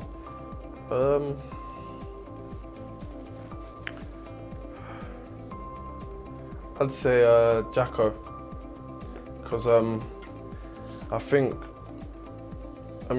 growing up in the Charlton Academy, I think Jacko was the one who really, used to talk to the kids a lot, give advice, and always used to say hi to me. So I think also looking at Jacko playing, he had a big influence on other players on the pitch, giving them advice, helping them as well, encouraging, and he was a captain as well. So I think I'd say Jacko. He'd be happy with that, wouldn't he? Yeah, He'd like that. Yeah, he'd like that, yeah. He'd like that little mention. Go on then, your go. Okay, was there any player at Charlton you used to look up to? Do you know what? There wasn't one particular player that I looked up to. I looked up to them all. because they was all, especially the midfielders, because they was all playing where I wanted to play. Yeah. So I trained with them, and then I had to work hard and like earn their respect. And so I wouldn't say there was one player that I looked up to, but I respected everyone, and I looked up to them all in the same way, I'd say. So yeah, that would be my answer to that. There wouldn't be one player, but everybody as a whole. Right, so you had a good summer with England. Yeah. Yeah? How good was it to put on the shirt of England, and what's your next expectation regarding England's set? Obviously, in the summer, I went to World Cup, which was a proud moment for me and my family. I didn't play as much as I'd wanted to, but for me, just to go out into that pitch and put the England top on was a proud moment for me and my family. And yeah, and also to win the World Cup, I was speechless. So it was a good thing for me and my family. But I think the next step now, to try get into England under 21 setup, and then if not, just keep working hard until I get into it. Yeah. Keep doing what you're doing and you'll be in there for sure. I have no doubt whatsoever. Cheers, Bose. So what does it take to be a full England international? Hard work. That's it. That's all it is. You work hard and improve what you're not so good at, because everybody can improve in one way or another. So all I would say is hard work, and then for you, it will happen. You just keep doing what you're doing and improving and listening to people, and then and having the right attitude, and don't let anything drop. Then for sure, I have no doubt that you'll be playing there, and I can't wait to see the day it happens. Cheers, Bose. So there's in the summer, and then in obviously January, the last two winners have just gone. Do you think it's affected you in any way, in any way in your performances or your attitude in any way? No, I don't think it affected me at all. All the transfer rumours and things like that, I left that all to my family and my agent, so I didn't want to really get involved in that, so it didn't affect my football on the pitch.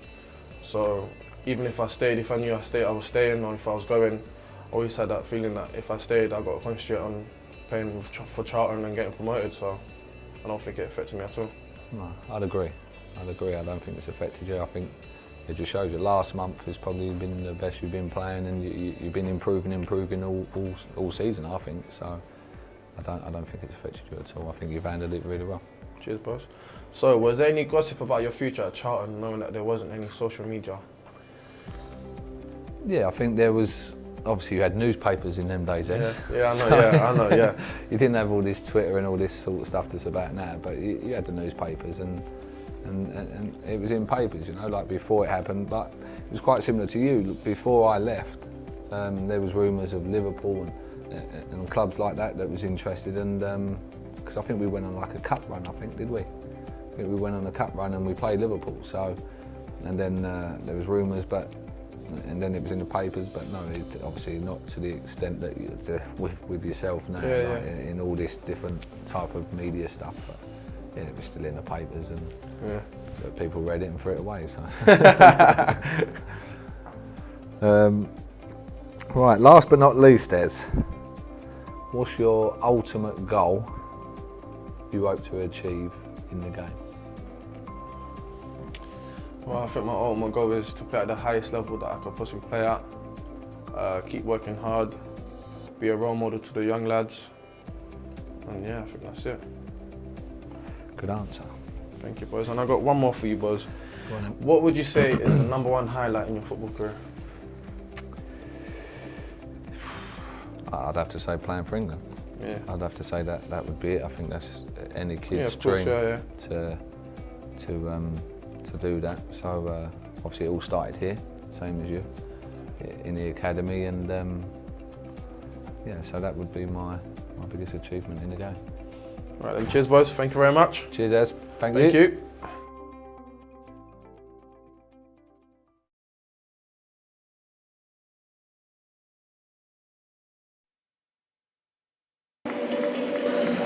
Welcome back to Portman Road as we prepare for the second half. And as we do, I should say that if you have purchased a match streaming pass for today, you can purchase an annual pass for £240, which gives you coverage of every league game that the club can show in your region. And the commentary today, rather, the stream is sponsored by our club partner NordVPN, as Charlton prepared to get the second half underway. Still quite a few subs milling around, and coaching staff. I know what. Obviously the referee's not ready. Is it for Sky? Of course, Sky, we're on Sky Plus, aren't we? Got to wait for the. Absolutely no idea. Got to wait for the adverts to finish. It's good to see Lee Bowyer and Ezri Konsa in conversation. Also good to see the mural in the Keith Peacock Street that used to be there with the old FA Cup and the playoff victories. In there, unfortunately, it had to be replaced because it was getting damaged. So sad to see it go, but good memory that. It looks like we're almost ready to get going. The referee has made the obligatory signs to each keeper and to his assistants. And Farai Hallam does get the second half underway. Oh no, he doesn't. Now he does. So we are back underway as Gillespie goes to the right hand side. It won't reach Bree, it's headed clear. But, Jones meets that header, ball up in the air. Alafe gets something on it, but can't divert it to Carey, and Ipswich clear it away. Clark can't get hold of it, and Bree will take over for Charlton. Kelman with a touch, trying to go past Greaves, who just steps in his way and guides it back to his keeper. Walton sends it long. Jones underneath this will hit it back in towards the Ipswich half. Nunez gets there first though. Clark can't get there, and Ramsey will pick it up for Charlton, trying to send it on its way down the right, but put too much on it. Kelman can't get there. Throw into Ipswich Town. No changes, by the way, for this second half.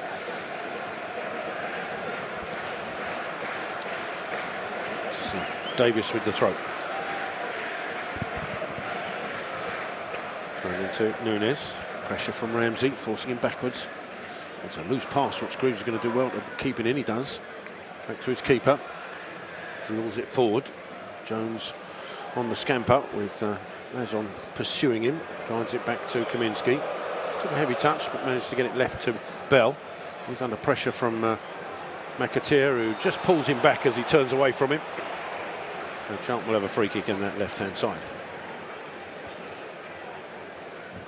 Yeah, Nathan Jones, sorry. No, I think we're just trying to get players higher up the pitch early, and I wouldn't forgive this Charlton side if they went long and up and loaded the front end and tried to go long, win the knockdown and play in the Ipswich half. Then mix it up maybe. Once you've done that 3 or 4 times, you know, for 5 minutes or so, then maybe drop back in. But we've got to try and condense the distances, because that's when it suits Ipswich when the game's more open. Kaminski's free kick is headed clear, and it's now Akpom who picks it up for Ipswich on the right hand side. Forced backwards to Young. Inside to O'Shea. O'Shea left to Greaves. Ball in field looking for Davis. Just cut out by Bree, but he couldn't control it after getting the initial block. And it's away for a throw into Ipswich on the left, halfway inside the Charlton half. Davis throws it in field to Azon. Azon across to Young, who's in space. Young bringing it forward. Thought about a shot, instead gets the ball in. Jones with the header away. And a good header coming in from Doherty, finds Carey. Carey bringing it forward. Under pressure from Kayuste. Gets the ball down the line, but Alafe not close enough to that ball. O'Shea can guide it back to his keeper. Now Nunez. Out to the right is Young in space. Ball in field to Akpom. Kayuste, little touch inside to Nunez. Kayuste again turns away from Coventry, but forced backwards to Greaves. Across to Davis. Just on halfway. Now back to Greaves again inside his own half. Ball forward to Akpom again. This time foot in from Gillespie, but can't find Kelman with it. It's back with Greaves. This time Akpom more space to deal with the ball forward, but he's forced back again to Greaves, who in turn goes back to his keeper, Walton. Across to O'Shea. Ball out, goes almost directly to Carey, who couldn't control it, and then Gillespie with a Slightly less than subtle nudge in the back of Akpom drops him to the floor. He knew if he didn't make that challenge and Akpom got a little first touch round the corner, there was huge amounts of space behind Gillespie to drive into, so it was a good free kick to give away. It's with Young on the right-hand side, trying to send McAteer on his way also as on, but good foot in from Jones. Bell having to deal with it. Some ball out to Doherty. Good ball inside to Gillespie, up to Carey, who just didn't get there first, but Gillespie's tidied that up, and now he's asking Kelman to pursue it with Greaves. Kelman and Greaves. Greaves just gets his head down, and Davis tidies up for Ipswich. Out to Nunes. Young now on the right-hand side. Ball forward, cut out by Gillespie. Back to Young though, inside to Nunes. Across to Kayuste. Ball forward to Davis, who stayed left. Out to Clark now, looking to take on Bree. Clark into the penalty area. Gets the ball in, and it's just flicked over the bar. And I don't know if that was a touch from Bree or a touch from Kaminski, but it's a corner. Yeah, I think it's Kaminski. Highly unusual way to fire a ball across into the centre of the pitch from Clark. It's an outsider right. He just sort of digs his toe under it and lifts it off the ground, and that might even be going under the crossbar, and he needs dealing with, and Kaminski just touches it over for the corner. And it's Clark with that corner. Sends again underneath the crossbar. It's a little bit further out, and Gillespie deals with it. Out to Ashley Young, inside to Davis. Still got Clark available on to his left. Davis lifts the ball into the box. Header coming in, just wide of the post from Akpom. Gillespie for company. Yeah, guessed did enough to put him off. And it's away for a goal kick. Yeah, he got quite underneath it, and it's horrible as a centre-half when you know the guy behind you is going to get to the ball first. All you can do is lead into him. And that's by complete luck that that's not found the back of the net, because he's done everything right, Akpom. He just glances it over the top of Gillespie. Kaminski's beaten. Very thankful that's bounced wide. Well, Charlton try and play it down the right-hand side, and the ball up to Akpom. He tried chest control into Carey, but didn't have the distance on the chest, and Ipswich have it back, and it's with Ashley Young on the right. Bringing it forward, Young. Crossing into the box. Jones with a header away. And can Akpom this time control it? He does. He's facing his own goal, though. Managed to get it back to Bell. Left is Gillespie. He just swipes it clear. Kelman might get on the end of this, though. O'Shea gets his head there, but straight to Carey. Carey looking for options. Sonny Carey bringing it forward. Still Sonny Carey. Edge of the box. Sonny Carey into the box. Shoots and scores! Sonny Carey opens a score for Charlton. 6 minutes into the second half. And the Addicks strike first. Well, we have said that's a one thing, and opportunities are another. And we've had 2 or 3, and that is a wonderful individual goal. I love the positivity of Carey driving 1v1 and isolating one of the defenders. He moves inside on his right foot, and he knows what he's doing. He's trying to suck the defender just inside one step so he can go on the outside on his left foot and have a shot from no more than 15, 16 yards, and he does it brilliantly well. And it's the speed he does it which conjures up the opportunity, because the defender gets his feet caught up, he drags it from right to left, and he pops that shot underneath the keeper from the left-hand side, and Charlton take the lead. It looked like O'Shea just didn't know whether to stick or twist, and I don't think he knew which was Carey's favoured foot. He tried to second guess which way it was. Carey went to his left, and the left foot strike underneath Walton, who had no chance really. No, if you want to flip it round, you've got to engage much higher out of the penalty area if you're a centre-half. When someone's driving at you 1v1, try and make sure you force him one way from about 22 yards, 24 yards out, not from 15, 16.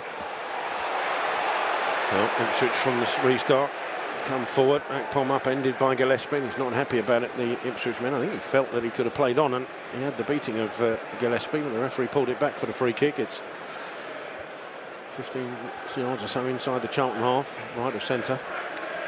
Nunes over this. The Addicks have the lead. And Carey strike. Can't stop scoring, the Charlton man. Nunes with the free kick, sends it into the edge of the penalty area. Bell with a header away, and it's that man Carey who picks it up. Space to turn, Carey. Can he send Kelman on his way? Down the left, he can. Nunes in front of him, still Kelman. Kelman towards the edge of the penalty area, gets it on his right foot. Kelman with a shot, saved away just by Walton. Super strike from Charlie Kelman, and it had Walton in trouble, and he turns it away for the corner. Yeah, excellent counter-attack, and again, super first touch from Carey. No panic this time. We were asking for a bit more composure when we win the ball back. Certainly saw that from Carey there. A good turn. There was actually 2 good runs from Kelman. He made the first one. Carey didn't play it, and he checked his run out left, which meant he could receive the ball to feet. It's a brilliant drive, it's a brilliant strike, and it's an excellent save from Walton. Yeah, I'm doing him an injustice. He a strong arm up to his right. I thought he'd lost it in the flight, but the corner now taken by Bree into the box, headed away by Nunes. It will be picked up here by Carey. Out to his right is Coventry. Coventry looks up and touch into Carey's path again. Ball drilled across, back heel, and then headed into an empty net by Gillespie. And Charlton take a 2-0 lead. It was a little black flick. I think it was a Maury Bell. But I'll confirm that in a minute. From the cross from Carey. Took a deflection, up in the air. Gillespie heads it home. Well, who would have called that? Good point, well made. We are 9 minutes in, and Charlton find themselves 2-0 up. It's an audacious little flick from Bell, and we get a touch of fortune with the rebound. It falls to Gillespie, 7-8 yards out, and it's just a case of cushioning that ball towards the goal, which he does. And extraordinarily, Charlton are 2-0 up, but you know what? That's what you get for staying in games. That's what you get for the work rate of that side's performance in the first 45 minutes out of possession. They worked tirelessly off the ball to stay with runners, to make challenges, to make headers, to make blocks. They had a little bit of luck. Kaminsky with a great save. We had a header off the line from Gillespie. They've hit the crossbar, but all that determination from the away side has led to them being in a position to get those 2 goals. I'm just trying to see who that flick was, because it's the shirt number that got me confused. Is it not Bell? No, there's a change of shirt number that's gone in there. I think it is Bell, I think, but he's got 27 on his back, which completely threw me. And Charlton had that 2-0 lead. Ipswich come forward, Jones deals with that and gets it away. I'll double check it in a minute, but find out replay. I think Bell's got 27 on his back. As Ipswich have it, left side of the penalty area, back inside to Clark. Little touch right to Koyuste. It's a good block coming in now from Doherty, and another one to stop Nunes. But now Koyuste again lifts the ball back into the penalty area. Header coming across, goal! Too much for Azon, who can't get on the end of it. Well, I've got to say, Azon's completely free. It's just fortunate from a Charlton perspective it drifts over his head, because if it falls to him, he's 6 yards out with not a Charlton defender anywhere near him. But yeah, I think it was. I'm just looking now. Bell has got the right number shot, so there's a huge confusion in there as to who actually got that flick in for Charlton. They're saying it's Bell for now, and it is Bell who sends the ball forward up to Kelman. A loose touch from O'Shea. Kelman trying to pursue it into that left-hand corner. Young goes back to his keeper, who drills it away.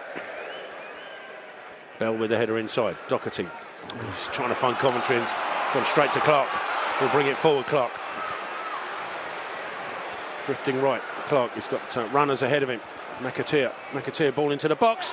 Oh, that's a great diving challenge and save from Jones. The shot. Ipswich won a penalty. It may well have come off Jones's arm. I can't see from here. It's what they're claiming for, but I tell you what, he throws himself in front of it, and if you want the difference between the 2 sides inside the penalty area, it's that there. You've got one trying to stretch a leg out to make a block, and you've got the other centre-half throwing his body in front of it. It's not handball as far as I can see. Corner taken. Header up in the air by Greaves.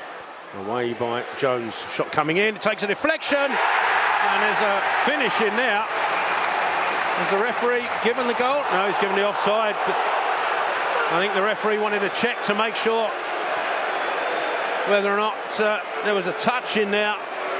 Well, the linesman took an eternity to put his flag up. But I think the referee's asked him a question, because the referee kept the whistle in his mouth, and I'm pretty sure he asked the linesman a question, did he touch it? And he said yes, and so the flag went up. And McAteer on the line. Haven't seen a replay yet, but a scuff shot into the ground beat everybody and looped up and over. Oh, I don't think he's offside anyway, to be fair. No, it depends who puts it in. They've got to let that go. Yeah, so the one that puts it in would have been the one offside. There was a player inside of him that looked onside, but it's gone. Coventry It's done.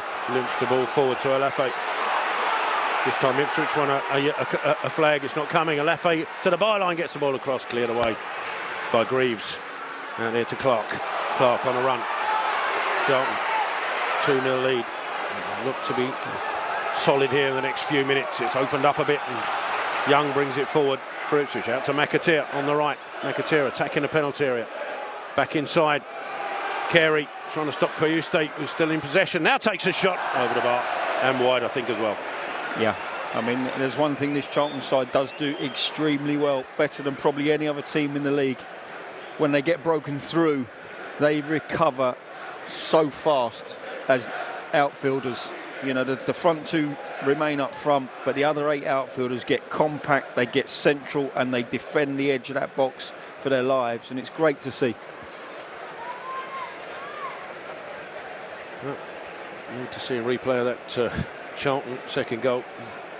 Yeah, still I'd love to know who actually got that flick on. The replays are inconclusive as Gillespie heads it forward. And Rafa can't get there. It'll go over him and over O'Shea and comfortably through. I think they've got that right, having seen the replay. I think McAteer was slightly offside, and as the minute he scoops down to head that in from close proximity, I think the flag should go up a lot quicker than it did. Ipswich playing it back and risky. Kelman almost gets there, but Walton just about gets it away. Field to Koyuste, takes on Coventry, goes past him. Coventry can't get there. The ball out, those picked off by Ramsey. Oh, his ball forward though, needed a ball to the right. He tried to go through the middle. Ipswich have it back. It's with Nunes. Out to the right-hand side of McAteer with Young overlapping. McAteer brings it inside. Shooting opportunity, blocked away by Gillespie. Goes back to Nunes. Nunes lifts the ball into the penalty area. Bree should allow that to go out, and does. Yeah. Goal kick to Charlton. We've had the hour mark, and the Annex lead 2-0. Yep, devastating 3-minute spell. And that's, look. Just hearing from Greg, it was Alafe with the flick. So, oh, okay. There was so many players in the box where that flick happened. I couldn't make out. So when the shirt number turned up, it's my age, I think.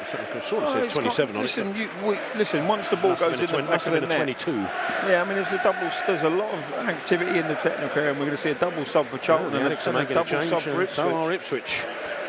Leeburn and Campbell coming on. Coming off will be Kelman.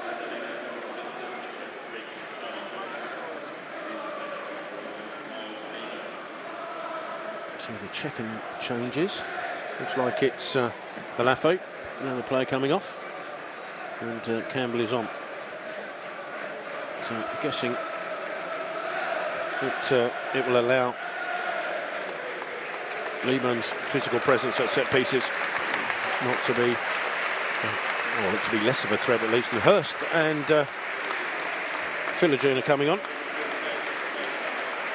for Ipswich. Coming off. The players coming off. First one is McAteer.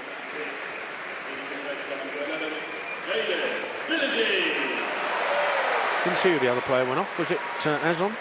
Yeah. Yeah. I think Hurst on for, it's like for like, I think. Kaminsky with the goal kick away. Leeburn with the flick on to Bell. Lovely touch on to Campbell. Campbell in the right-hand corner. Still Therese Campbell looking to get the ball into the box. It's a lovely delivery. Oh, and Ashley Young swipes at it before Carey can get there, and it's away for a corner. Yeah, we saw this Saturday, both players drifting towards the far post, and I think if Miles Leeburn just gives Sonny Carey a shout, I've got back post covered, he can dig his left foot in and dive towards the near post as that cross comes in, but you ideally want one getting across near as one makes his way to the far. We didn't get that. Wicked delivery from Campbell. Bree with a corner. It's in the right-hand corner. Sent in deep into the 6-yard box. Little touch from Doherty. And Jones being manhandled by Davis, but he's got there anyway. And he's managed to get the ball back superbly to Coventry. Coventry, little touch into Campbell. Might put too much on it. He gets it across. Leeburn with a goal! Well, it looked like the ball was out of play. Ipswich are claiming it was out. Campbell kept going and he's lifted the ball back across to Leeburn, who heads it home. 3-0 to Charlton. It's an extraordinary game. First and foremost, I think that's a free kick on Jones. You can't approach trying to win a ball back like Leaf did, but the referee lets it go. Jones does incredibly well, feeds it back to Coventry, and for the life of me, I think that's coming in the centre of the box. It's a beautiful reverse pass from Coventry to Campbell. You think he's not going to get there. Everyone stops except Campbell, pops it into the centre, and again it's another free header for a Charlton player into an open net, and it's 3-0 Lee Byrne. It's very close. Just like the first half, and I thought the Ipswich ball was out, and this linesman down here didn't give it. I thought that one was out as well, but nobody particularly cares. Oh, it's close. Yeah. And close means normally it's out. Here we go. This will be a probably better. Here we go. Wow. It's so close you can't tell. Listen, you're going to have a camera angle above that. It's inconclusive from those, but it is very, very tight. But do we care? Not at all. Well, it's like their cancelled goal. Yeah. It's cancelled, and ours is given 3-0. Well, Jones does well to get something on the aerial ball forward. Ipswich have possession. It's with Philogene. Out to Greaves. Back across to Davis. Drills it across. There's a foot coming in there, but it's with Kayuste with a shot. Straight into the arms of Kaminski, down to his left-hand side. And the Addicts 3-0 up here at Ipswich. 60, coming up to 65 minutes gone. I think the official, I think, has said that Kaminski's had that ball for longer than 8 seconds. Oh, he's given a corner, has he? First time we've seen that, isn't it? It is, I think. So Ipswich have a corner because the referee says Kaminski had it for 8. Well, if that's all he gives them tonight, we'll take it. Have to trust that he was counting.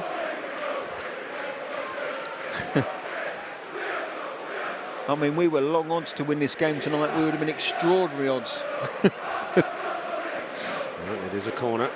The referee wants to come across. I think there may have been some remarks from the sideline.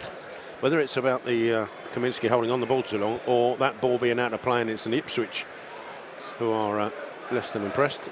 Oh, I don't know. No, it's just a swapping of equipment or something thrown. It's something that's come loose, I think, and he's had to ditch giving it back to the fourth official, whatever it was.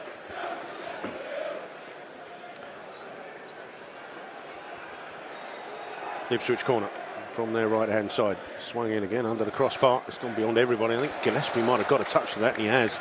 It's away for a corner on the opposite side. I think if the Charlton fans had anything about them, the "We Want 6" should come up. Nice. Put it on socials, go on. It will get there. Yeah, well, that's what you up. get for showing a 6-0 before the game. Yeah. Well, let's hold fire. Yeah, absolutely. Yeah, still early days. Corner on the left-hand side now for Ipswich. This one looped up a little bit higher. It's headed back and across, but out of play for a Charlton goal kick. I think it was O'Shea who got the final touch to that. Well, I mean, we have said many, many times, and credit to, again, Nathan Jones and his staff, but also credit to the players, because you can get as much information off the manager and his staff as you like, but you've got to put it into practice. You've got to have that bravery. You've got to have that desire. You've got to want to block things, make challenges, stay with runners. And it's the one thing that's, I mean, the improvements made defensively with this team out of possession is extraordinary. Well, Lieben does well to turn and send the ball to Campbell on the right-hand side. Ball into the box, cleared away by O'Shea. And Charlton, certainly since the changes, look really threatening. Campbell and Lieben connecting on a number of occasions, and that no exception. Lieben did superbly well, not just to hold it up, but fashion a turn and then the pass out to Campbell, which sent the Charlton man down the wing. Ball in the box, cleared away for this throw-in. 10 yards away from the corner flag. Amari Bell looks to send this in long. Instead, fools everybody. Wanted the ball back from Bree, and just gave it straight to Philogene. Ipswich can clear up towards Hurst. Runs into Ramsey, really. Coventry will take over and guides it back to Kaminski. As Akpom will put him under pressure, but Kaminski gets the ball away, but couldn't find an angle on it. Go straight out of play for an Ipswich throw. Yeah, I don't mind that, because we're out of shape a little bit, and they've got 3 or 4 players in advanced areas, so high as you can into the stand and recover into shape. Davis gets the ball back from the throw, but it's a good challenge coming in from Coventry, and then, well, surely Well, Carey's been penalised, but it was Davis holding him off as much as Carey doing the opposite. And Davis just did that to Jones earlier. It's exactly the same thing, and I said that I thought that was a foul on Jones. Thankfully he didn't give it because it led to the goal. But well, Ipswich moving across to the right. Young out further right to Clark, who've swapped sides now. Goes past Bell, still Clark into the penalty area. Ball across, lovely block. This time from Gillespie. Excuse me, and it's away for a corner. Yeah, you're suffering more I got, aren't you? It is entirely your fault. I know. It's horrible as well. Anyway, let's defend this properly. Corner on the right-hand side for Ipswich. Swung in, this time higher, headed away by Gillespie, headed back inside by Davis, but cleared by Carey. Ashley Young on the cover for Ipswich, guides it back to his keeper, halfway inside his own half, just swipes it to his right, but didn't put a lot of thought into that, and that's a great touch from Carey to win it back for Charlton. And Coventry's coming back from an offside position. Ironic applause from the home fans. I would contest that. I would say that's a challenge that's rebounded off the Ipswich player. He's not tried to pass that through, but it's given anyway. Taking the free kick quickly out to Young, inside to Akpom, turns. To his right is Clark. They'll take on Bell, cuts inside, Bell, still Clark. Wants to get it on his right, and comes inside and read by Coventry, gets the tackle in. Bell up to Leeburn, just holding it up with O'Shea and close by. And guided into Campbell, but just a little too much on that one. But Greaves has got to deal with it. Just straight down the line, that's got to go. Not inside. If you go straight down the line. I'll tell you what, Ipswich took a chance there, and the ball out, cut out by Leeburn. Finds Campbell. Campbell inside, thought about a shot, instead goes right to Bree. It's under pressure now from Filigreen. Goes back to Ramsey, inside to Coventry. Charlton happy to recycle, keep possession. Gillespie. Back inside to Jones. The route to Bell was blocked off. And he goes long, and Davis is playing Leeburn on. And luckily for Ipswich, that ran through to Walton in his penalty area. O'Shea. Ball forward. Looking for Akpom. Goes straight to Jones. Jones up to Leeburn. Lovely turn from Leeburn. He's in possession. Miles Leeburn with a shot. Dealt with by Walton, but Ipswich rattled here. 3-0 down. 71 minutes gone. Yeah, I mean, he could have driven on slightly with it. But you can understand why he took the shot. Forced the opportunity himself. But obviously, you imagine their brains are absolutely scrambled, aren't they? You know, passes going astray. They don't look anywhere near as slick as they were first half. The goals have done the damage. It's just whether Charlton can just really stamp their authority on it. I wouldn't back off. I certainly wouldn't do that. And they're attacking down the right, ball into the back for Hurst. Hurst is free. Oh, that's a lovely challenge from Ramsey. Superb defending from Kane Ramsey to get the tackle in, and then Kaminsky tidies up. Outstanding from the Charlton number 2. Yeah, you wouldn't expect anything less actually of this Charlton side. It's a wonderful ball inside to Hurst. It's difficult. He either takes it first time or the touch has got to be absolutely exquisite. And to take that first time, you ask him to slot it away from 18 yards out. So you can see why he's tried to control it. That just gives Ramsey a flicker of hope that he can get goal side and make the challenge. It's still a lot of work to do, but he wraps the outside of his right boot in front of the ball and makes a superb block. Ball upfield, Lehman with a flick on. O'Shea deals with it. It's going to drop to Coventry. No, Doherty takes over. Ball down the line to Bree. Little touch inside to Carey. Carey back out to Bree on the right-hand side. Ball into Leeburn. Just let it run. He thought Campbell was closer. And Ipswich can look to get it away, but ball straight to Ramsey. Lovely ball up to Leeburn. Little flick round the corner to Carey. Leeburn's going for it again in the box. Miles Leeburn turns one way, then the other, gets the shot in. Keeper saves, cleared away, but only as far as Doherty. Doherty flicks it left to Bell. Bell turns away from Clark. Out to Campbell. Campbell looking to take his man on. Young, still Campbell. Superb work from Therese Campbell. Oh, shot just wide of the post. Inches. And Charlton could have had a fourth. Yeah, that's when Campbell's absolutely at his best and unplayable. He drives down the left-hand side towards the byline, and just as you get yourself goal side, he checks back on that right. Your weight's going the wrong way. He's opened up that bottom left-hand corner, and it is inches wide. Walton beaten. Well, Ipswich have possession just outside their own penalty area. O'Shea can't go anywhere. Carey's in front of him, goes back to his keeper, and the natives are restless. Oh, they've turned. There's some shouts around me that are not very complimentary. Jones gets barged into by Hurst. Ball runs through to Bell, who clears it forward. Ashley Young heads it infield. Cayuste loses out in possession, and Doherty has it for Charlton. Back to Coventry, inside to Bree. Little touch to Doherty again. Ramsey now on the right, back inside to Bree. See, we was talking the other day when Nathan sort of half criticised himself for not making the changes at Preston. Well, this guy made 7, and in the first half you'd have said it justified, but now he's going to come under a little bit of stick.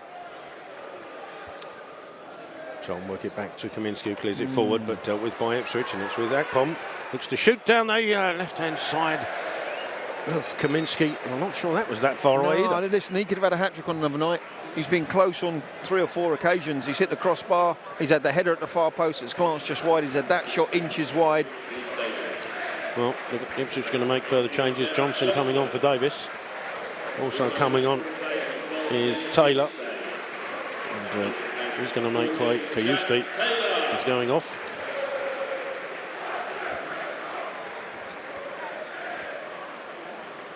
As we reach, just come out to the 75-minute mark. Quarter of an hour left of normal time. The Alex 3-0 up. Kaminsky with the goal kick towards Campbell, headed away by O'Shea. Hurst trying to get there. Jones with a touch, and it's allowed Coventry to step in. And the ball down the line is blocked away. Charlton have a throw though. There's been some seriously good performances across that back line. Ramsey, Gillespie either side of Jones. Bell's played his part. Bree's probably the quietest out of the back 5, if I'm brutally honest, but the 2 central midfield boys need a mention. They have been dogged and determined in front of that 5, and it's led us to have that platform to go and get this result. Oh, Ramsey shows a lovely touch from Campbell to find Doherty. Back out to Leeburn. Leeburn looking for space, trying to send Bree on his way over the top, and he might get there as well, James Bree. Oh, it's in the end good defending by Johnson. Allows it to go out of play for a goal kick. Touched into O'Shea from the keeper in the penalty area, working it out. Ball forward up to Hurst. Gets there, held up by Jones, and gets a block in from the attempted pass forward, and then the ball down the line, looking for Philogene. It's going to be cut out by Ramsey. He's to allow that to go out of play, and he does for a Charlton throw. Yeah. Took a bit of a whack, did Ramsey, I think, there from Philogene for his for good measure. Yeah, he did. He'll be all right. I tell you what, you won't stay down long in this performance. If you're 3-0 down, you might stay down there a bit longer. Ramsey will take the throw himself, up to his feet. The referee asking to get a move on. Down the line it goes, looking for Leeburn. It won't reach him, headed away by Johnson, but straight back to Ramsey. Will allow that to go back out of play again. It's not quite happy to wind the clock down. Oh, listen, he absolutely starts now. No rush to do anything. Ramsey with the throw, looking for Leeburn down the line again. Greaves gets there first though, heads it forward to Hurst, who gets a touch inside to Nunes. Ball out to Young, Doherty pursuing him. Holds up Young, back inside to Nunes. It's Taylor, back to O'Shea. Nunes once more. Out to the right is Young. Clark ahead, but covered off by Bell, so comes inside to O'Shea again. O'Shea, ball forward, looking for Hurst. Jones for company as well. Back to Nunes. Back to the right-hand side is Young once more. Campbell, this time closing him down. Has to come inside to O'Shea. O'Shea, ball forward to Taylor again. Carey for company.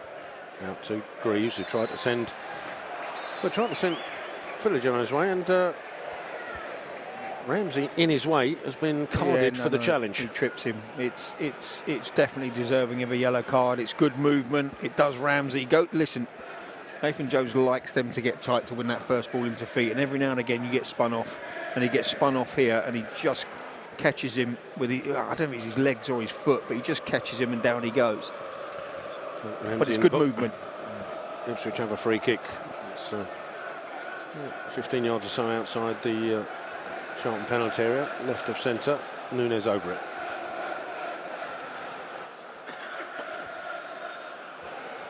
Nunes lifts it into the penalty area. There's a flick coming in.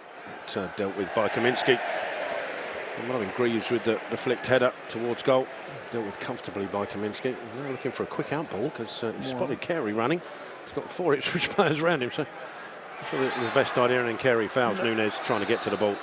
No, I'm not seeing that one, not feeling that one. Just, he went down to the ground as all keepers do when they make a claim and you're 3-0 up, and just stay down there for give your back line a little bit. I think I would be turning around a little bit upset by that if I was a centre half in that team, because I'd want a breather.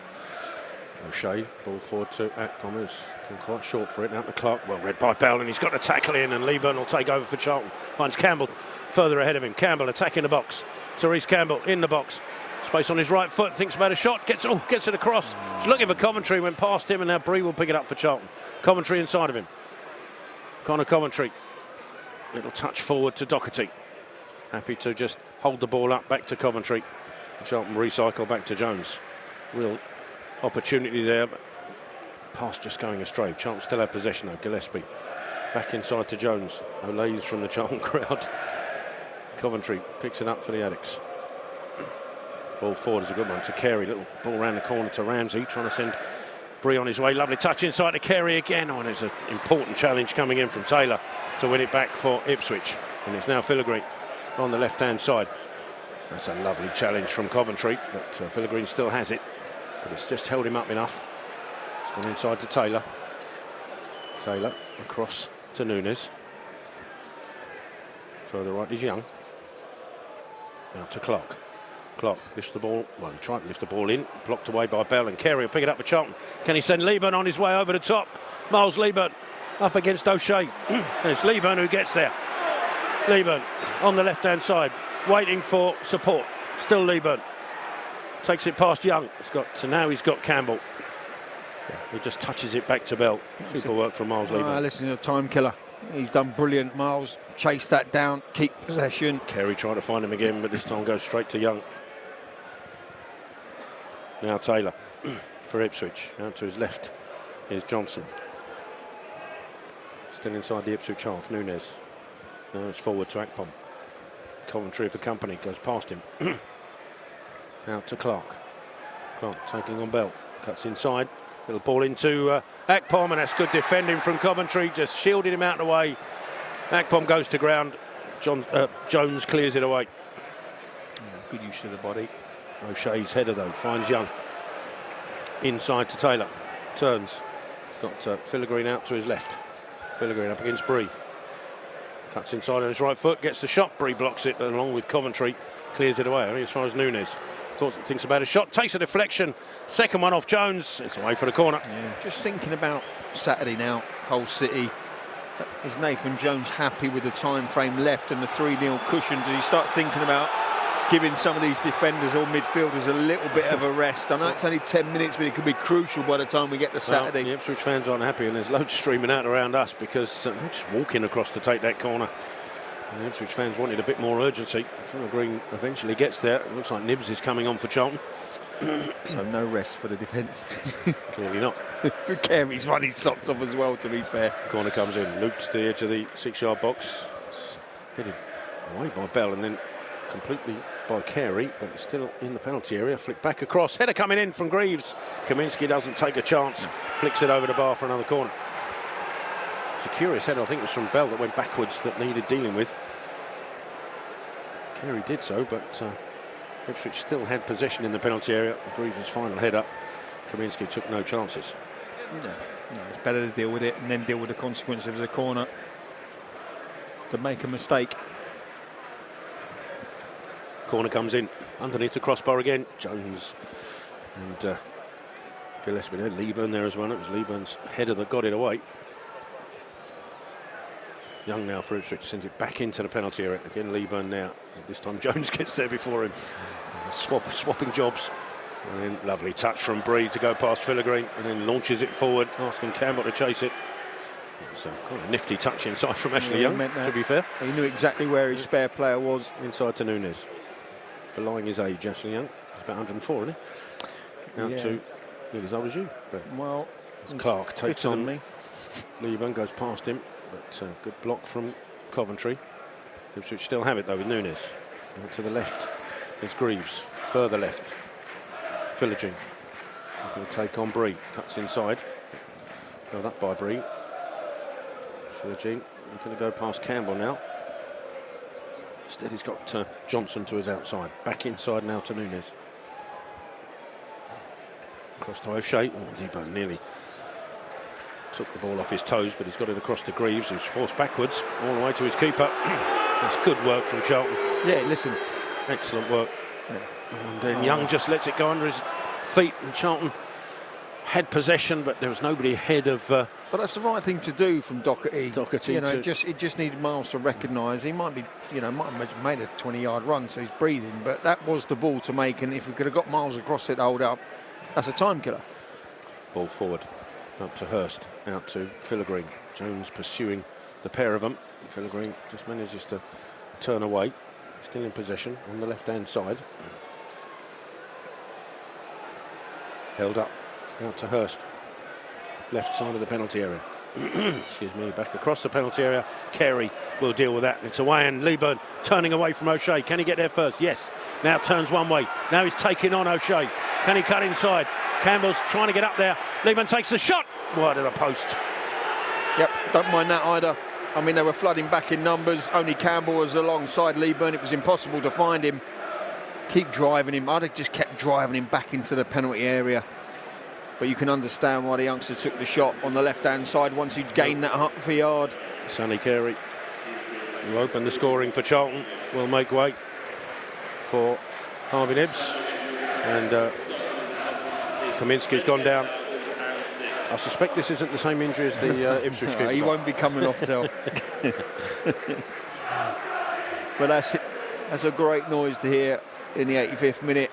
That 1,800 or so travelling fans in great voice, and they've seen a superb defensive performance in the first 45, which has allowed us to go on and burst the Ipswich bubble in that 3-minute spell. It really did knock the stuffing out of the performance and allowed us to go on and get a third, and we've looked dangerous ever since. And you're right, Portman Road is rapidly emptying. Ball forward, headed left by Hurst. Bell's there, but Clark pursuing him and might get there ahead of him as well, and does. Clark to the byline, gets the ball across. Oh, it's across the face of the 6-yard box. I think Jones was comfortable that there was nobody there. Ramsey less so he puts it away for a corner. Yeah, they got it covered. They were in very good positions, the pair of them. Ipswich didn't gamble anybody's in there, so they were comfortable. I mean, they are squared off, which you don't like to see, but they're under no pressure, and Ramsey's done the right thing. If you're not quite sure what's off your shoulder, corner and deal with it. Corner's in. Leeburn at the near post. Firm and decisive header away. Be a throw into Ipswich halfway inside the Charlton half on the left. Thrown into Young. Young sends it to the far side of the penalty area. Gillespie will challenge. Gets something on it. Doherty gets something on it too. And then Campbell picks it up for Charlton. Look at the take on Nunes. Cuts inside him. Clark there as well. Fouls Campbell. He goes down gleefully. Charlton have a free kick. Yeah, and that's what he offers. He offers that power and pace off the mark, and he's very good in 1v1 situations to draw a bit of contact. The only time I think he's made an error in this second half, Tyrese, is when Young showed him on the outside and he tried to cut back and ended up squaring it and it went behind everybody. I think he should have taken the outside channel and just smashed it across the box, because Young's not catching it. But they've been terrific, the pair of them, since they come on. Gillespie's free kick. Little one left to Bell. Down the line looking for Campbell. Campbell keeps it in the line. Oh, no, he doesn't keep it in. Yep. Forced out by Young. And Clark petulantly pushes Campbell away to get to the ball. Ball up to Akpom, turns away from commentary. Nibbs with a lunging, desperate challenge, and he's going to get booked for it. Yeah, I think that's, what's that, a third or fourth? Third, I think. Third, yeah. Ramsey and Doherty. And now Nibbs. Yeah, but again, it's a disruptor. It spoils the game. There's another 20 seconds off, and we get everybody behind the ball. Well, we're just coming up to 2 minutes of normal time remaining. It's this free kick from Nunes, 10 yards inside, around 15 maybe inside the Charlton half, just right of centre. Nunes lifts it deep, and that's gone beyond everybody, and that'll drift out of play for a goal kick. And oh, that's not going to help. There's more Ipswich bodies leave the stadium. Sarcastic claps, actually. They are getting frustrated. I tell you what makes this result extraordinary. They are very, very strong here. They've only picked up 2 points away from home. 11 of their 13 have come here. And you could see why in the first half. It's bold to make 7 changes. There's almost an air of, I don't want to say arrogance about it, but strength. I say he's in a position to be able to do that. It's backfired on him tonight, and it's just purely because of the resilience we showed in that first 45. The determination we have to defend our box now is absolutely first class. Kaminsky forward. Lieberman gets something on it. Coventry trying to find Bredo. It's cut out. Now Green has it for Ipswich. Trying to swing it across to Ashley Young. He does. Young brings it forward to Clark on halfway. Back inside to Nunes. Nibs has to be carefully swiped at Nunes and missed, fortunately. Clark has it for Ipswich. Across the centre, up to Akpom, who turns away from Jones. Still Akpom. Finds Clark again. Edge of the penalty area, looks to get a shot away. Good block from Ramsey, and then Clark goes down. Not entirely sure why, but goes down. Ball cannons of his foot away for a Charlton goal kick. Yeah. And we wait for the fourth official's board. As we hit the 20 seconds to go before full time, normal time, I should say. And we've had a raft of substitutions, I think 8 in total, so you'd expect about 3 goals as well, so this could be 5 or 6.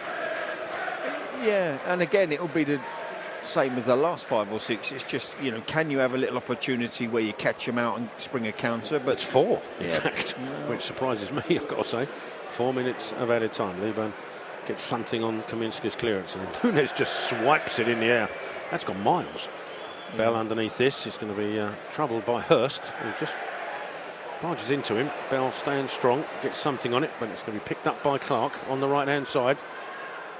Shaped across, but foot in from Bell. It's diverted back to Nunes, into Hurst, who turns, shot over the bar. Yeah, nice turn.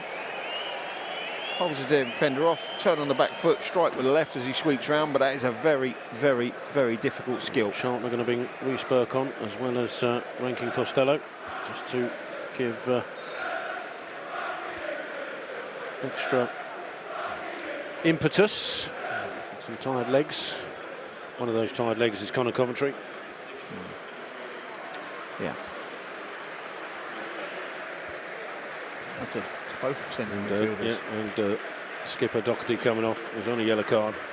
Sort of makes sense. I thought it might be Ramsey, actually. He's also got a yellow, but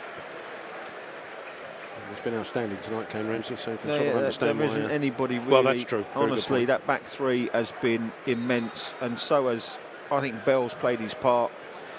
When we were under pressure in that first half, I thought he was terrific in some of the 1v1 situations, but the way we've thrown ourselves into this, you know, defensive setup today has been absolutely superb. Kaminsky's goal kick is headed forward by Lieberman, but dealt with by Ipswich, and they're now breaking down the right-hand side with Young.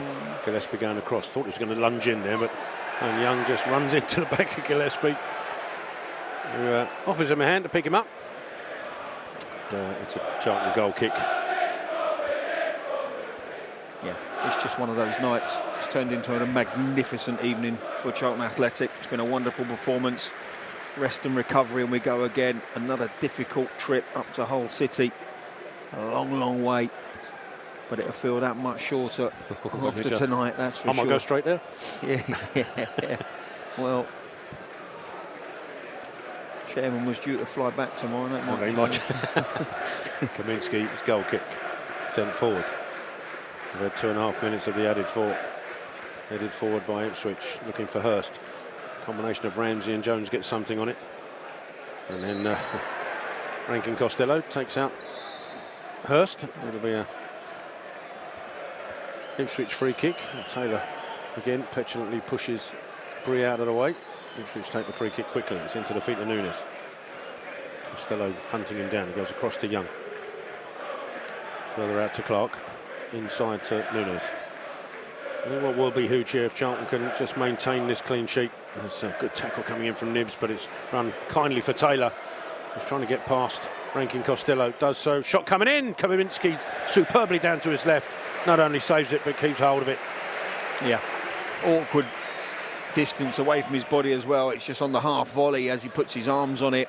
Sometimes they get away from you, but he just manages to get on top of that. And that was good to see afterwards. Akpom coming in on Gillespie, on Kaminski, and Gillespie just stood right in front of him, face to face. Basically told him to go away. Kaminski gets a free kick as a result. Sends it away. Leeburn goes beyond him. Ashley Young with a header back to the keeper, which just about gets there, with Campbell hunting it down. Walton drops it to his feet and then had nowhere to go, and just about gets it right to O'Shea. Releases Nunes. And that's the final whistle. And the last two times the Addicts have come here, it's been a 4-0 and a 6-0. And coming into Portman Road, you wondered what reaction there would be from Charlton. Well, the perfect reaction. 3 goals, clean sheet against a side that many regard as going to be up there at the end. And Nathan Jones and his team, superb performance. It was Carey who got the goal scoring on the move with that run and shot on 51 minutes. Superbly drilling it past Walton. And then 3 minutes later, Gillespie it was, he got his got the Charlton second, and then Leeburn's header made it 3-0 after great work from Campbell on the left-hand side. A flick from Alafe as well was sublime to pick out Gillespie in the first place for the second. And Charlton, what a performance on the road here at Portman Road. And the Addicts will go across to the fans to join them in the celebration. Yeah, I think it's one of those nights where you look at the statistics of the game, and Ipswich have got themselves to blame a little bit to have 30 opportunities, 5 on target, hit the crossbar, header just wide. They had to take one, and they didn't. And one of the big reasons they didn't is because the attitude and commitment of this Charlton side when it's out of possession, and the way it tracks, runs, challenges, blocks, never gives up, is a trait that's it's hard to actually manufacture. But when you do get it driven into a team, and they just want the best for one another, and they defend a box in the manner that they do, or a half in the manner that they do, because at times all 10 outfielders are in their own half, chasing away, working their socks off. The benefit of that is when you stay in a game and you get 3 or 4 opportunities yourself and you convert 1 or 2, you get what you get tonight, which is a wonderful feeling, a superb result, smiles on faces, a fan base absolutely reacting to those players going over there. Well, Nathan Jones the first to do the 3 fist pump salute. Sonny Carey, you'll be surprised here, or not, did the second one, and is now being enveloped by Charlton fans over there. There may well be family over there as well, actually. And now Miles Leeburn, the other goal scorer. Now, are we going to get Gillespie to join in, the second goal scorer tonight? I'll tell you what, there will be some tired old legs out there. Oh, yeah. There'll be some tired bods, there'll be some bumps and some bruises, because they really have put in an enormous shift, and that's not just work rate and commitment. I'm talking about, you know, physicality. You know, it was a tough second half on Saturday. They had to dig in and keep Sheffield Wednesday at bay for 45 minutes. They did that, and tonight was 5 times harder than that. But it's all good experiences, especially when you get a 3-zipper on the road. And Nathan Jones has said this year how difficult every away game is to win, and they are. Trust me, Saturday's not going to be easy. They're having a little run themselves, Hull City, but all you can do is take that one game at a time, and we've dispatched Ipswich Town, and nobody give us really a cat's hell of a chance of winning this evening. And at one point, we would have sat here and gone, get 0-0, we would be delighted. But by staying in the game, by keeping the clean sheet, you give yourself that platform and the opportunity to go and win a game, and that's what they've done here this evening. I mean, we've had more shots on target than we've had bigger chances than they have, but they have had a numerous amount of possession in our defensive third, their final third, and they just haven't made the most of it. Well, there's a saying in football that you'll know well, Brannick, more than most, that you have to earn the right. And that first half, we earned the right to be in this game. Yes, we rode our luck a little bit. They hit the crossbar. Some superb defensive work as well. Kept Ipswich at bay. And we laid the platform for then going on and getting those 3 points. And you have to say, after the second goal especially, but even after the first potentially, it rattled the home side, who having pretty much dominated that first half. Couldn't quite grasp why they were a goal down, then 2 goals down, then 3. Yeah, they had dominated. The game is that. The game is there. If you look at the chances, etc., etc., they did dominate, but they did not take the chances that came their way, and that's the biggest part of football: getting yourself in front, taking opportunities. They didn't do that, and they caused themselves a few issues. But once, I mean, it was a 3-minute spell. Goal. I thought Carey was superb, driving at O'Shea, right to left, bang, bottom corner, and then Gillespie with that header from that super work down. Which side was it? The right hand. Right hand side. Yeah, and just scooping the header into the back of the net, and the whole complexion of the game changed. The crowd turned. Ipswich's play suddenly wasn't so assured. It wasn't as assertive. They certainly, all the little flicks around the corner and those balls into feet and players running with confidence, that disappeared out of the game. Charlton going to get a third was the icing on the cake, but they had other opportunities. Campbell's one whisked by. You've got a Lafay in the first half, left foot one. They've got the Gillespie sort of right foot shot that went wide. You've got the volley from Carey. We've had many opportunities ourselves. But the biggest thing you take away from this game is the attitude of the entire squad when it's up against it, or it needs to make a challenge or a block or a header or a save. They are, without doubt, a unit as one, and you're going to need that over and over again as we progress through the championship year. I know you're looking at the highlights, and Sonny Carey, who picked the ball up from the O'Shea clearance, just drove at the heart of the Ipswich defence and drilled his shot home. And then Kelman, excellent work on that left-hand side. I forgot about this shot. The shot that stung the hands of Walton as well before then the second goal when it came, which, again, excellent work down the right-hand side. It might have been Bree. I'm trying to remember who it was, Bree or Carey, who got the ball across. And it was the flick from Alafe was sublime. It took a deflection, of course, but it was teed up nicely for Gillespie. It's Coventry and Carey it was actually combining. The ball flicked in from Alafe, took the deflection, Gillespie on hand to bury it. It was Alafe. Yep. Thanks, Greg. yeah, the melee of I wasn't even afterwards. concentrating on the flick. The flick to me was immaterial. I mean, this is good. I mean, we've recycled a ball. It's good link-up play between Carey and Coventry. That's the ball you need to whip in right across the 6-yard line. Ask a question. Alafe nips in front, and it's a lovely little attempt to try and get that. It's the keeper who saved it, actually. Yeah, it's a lovely attempt off that back inside right towards goal, and we do get a touch of fortune, because it is fortune that ball pops itself back out to Gillespie and an open net just to head it in. I've just looked at the replay, and the shirt of Alafe was up. It didn't feel like a 7. I'm getting too old for this malarkey. Ipswich had a goal chalked off, of course. When it's tight as well, but he is off. But I think the reason the referee waited is, I think if McAteer hadn't have touched it, I think it was going in anyway. Okay. If he hadn't have touched it, I think that ball was going in, and therefore it would have been a goal, because it cannons off the floor. I'm not sure he's offside, by the way. No, I think that's a bad angle. There's a red shirt behind here. But So yeah, there is. Maybe he is. I think that's a tough one for the linesman to call, because if you go into the next frame, right, the Charlton player moves forward and the Ipswich player moves towards goal. I think the ball's going in, though. So if he doesn't touch it, it's a goal. Yeah, I think you're right. I think that's creeping in. It's a good spot. McAteer, goal chalked off. Charlton go up the other end, and then it fell to. This was super work from Jones. So yes, you're right. He should have got a free. We're watching it a little bit later than you probably are, but super work from Jones to keep hold of the ball and recycle it.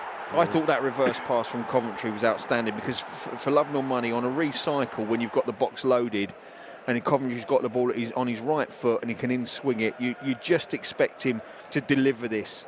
And I think the little eyes one, where he then just slides it down the side for Campbell, I mean, that is still, I can't tell you whether that's in or out. You're going to need a camera angle along the goal line to work that out. But Campbell never gives it up, and he scoops it back into an area. And I think Walton gets a little touch on this, which flicks it over the head of the defender and onto Leeburn, who pops it into the back of an empty net again. And it's, like I said, you know, it's a scoreline that's incredibly unfair on the home side, but they didn't take their chances. And when you don't do that, you put yourself in a position where that can happen to you. And it's been a fantastic evening for everyone connected with Charlton. That's a result that no one saw coming, and we'll take it and wrap it up and take it back with us. And thank you very much. Absolutely outstanding. And Charlton fans are still not wanting to go home, I think. They're still drifting out slowly from Portman Road, celebrating as they go. It's been an unbelievable evening here at Portman Road with Charlton winning 3-0. Superb to have your company, Brandy. Eventually, well done for getting here. Listen, I've had a couple of tough nights. Jason Morgan tried to drop me off last night, and it took him 3.5 hours to get home. There was a fire or something on the A12, and we've had a couple of tough nights on the road. So the trick is not to follow you home, so I won't do that. Yeah. But it's been an absolute pleasure to bring you this victory here at Portman Road on Charlton TV. My thanks to Deanna back in production, Brownie alongside me, and of course to everybody watching and listening wherever you are. It's been a quality evening here in Suffolk. Enjoy the rest of your week, I'm sure you will. Join us again if you can, restrictions allowing, as we take on Hull away on Saturday. What's the name of their stadium now? I can't remember. It's changed about 20 times. But wherever it is, join us again on Saturday. Have a great rest of the week, Charlton fans. Take care. Good night.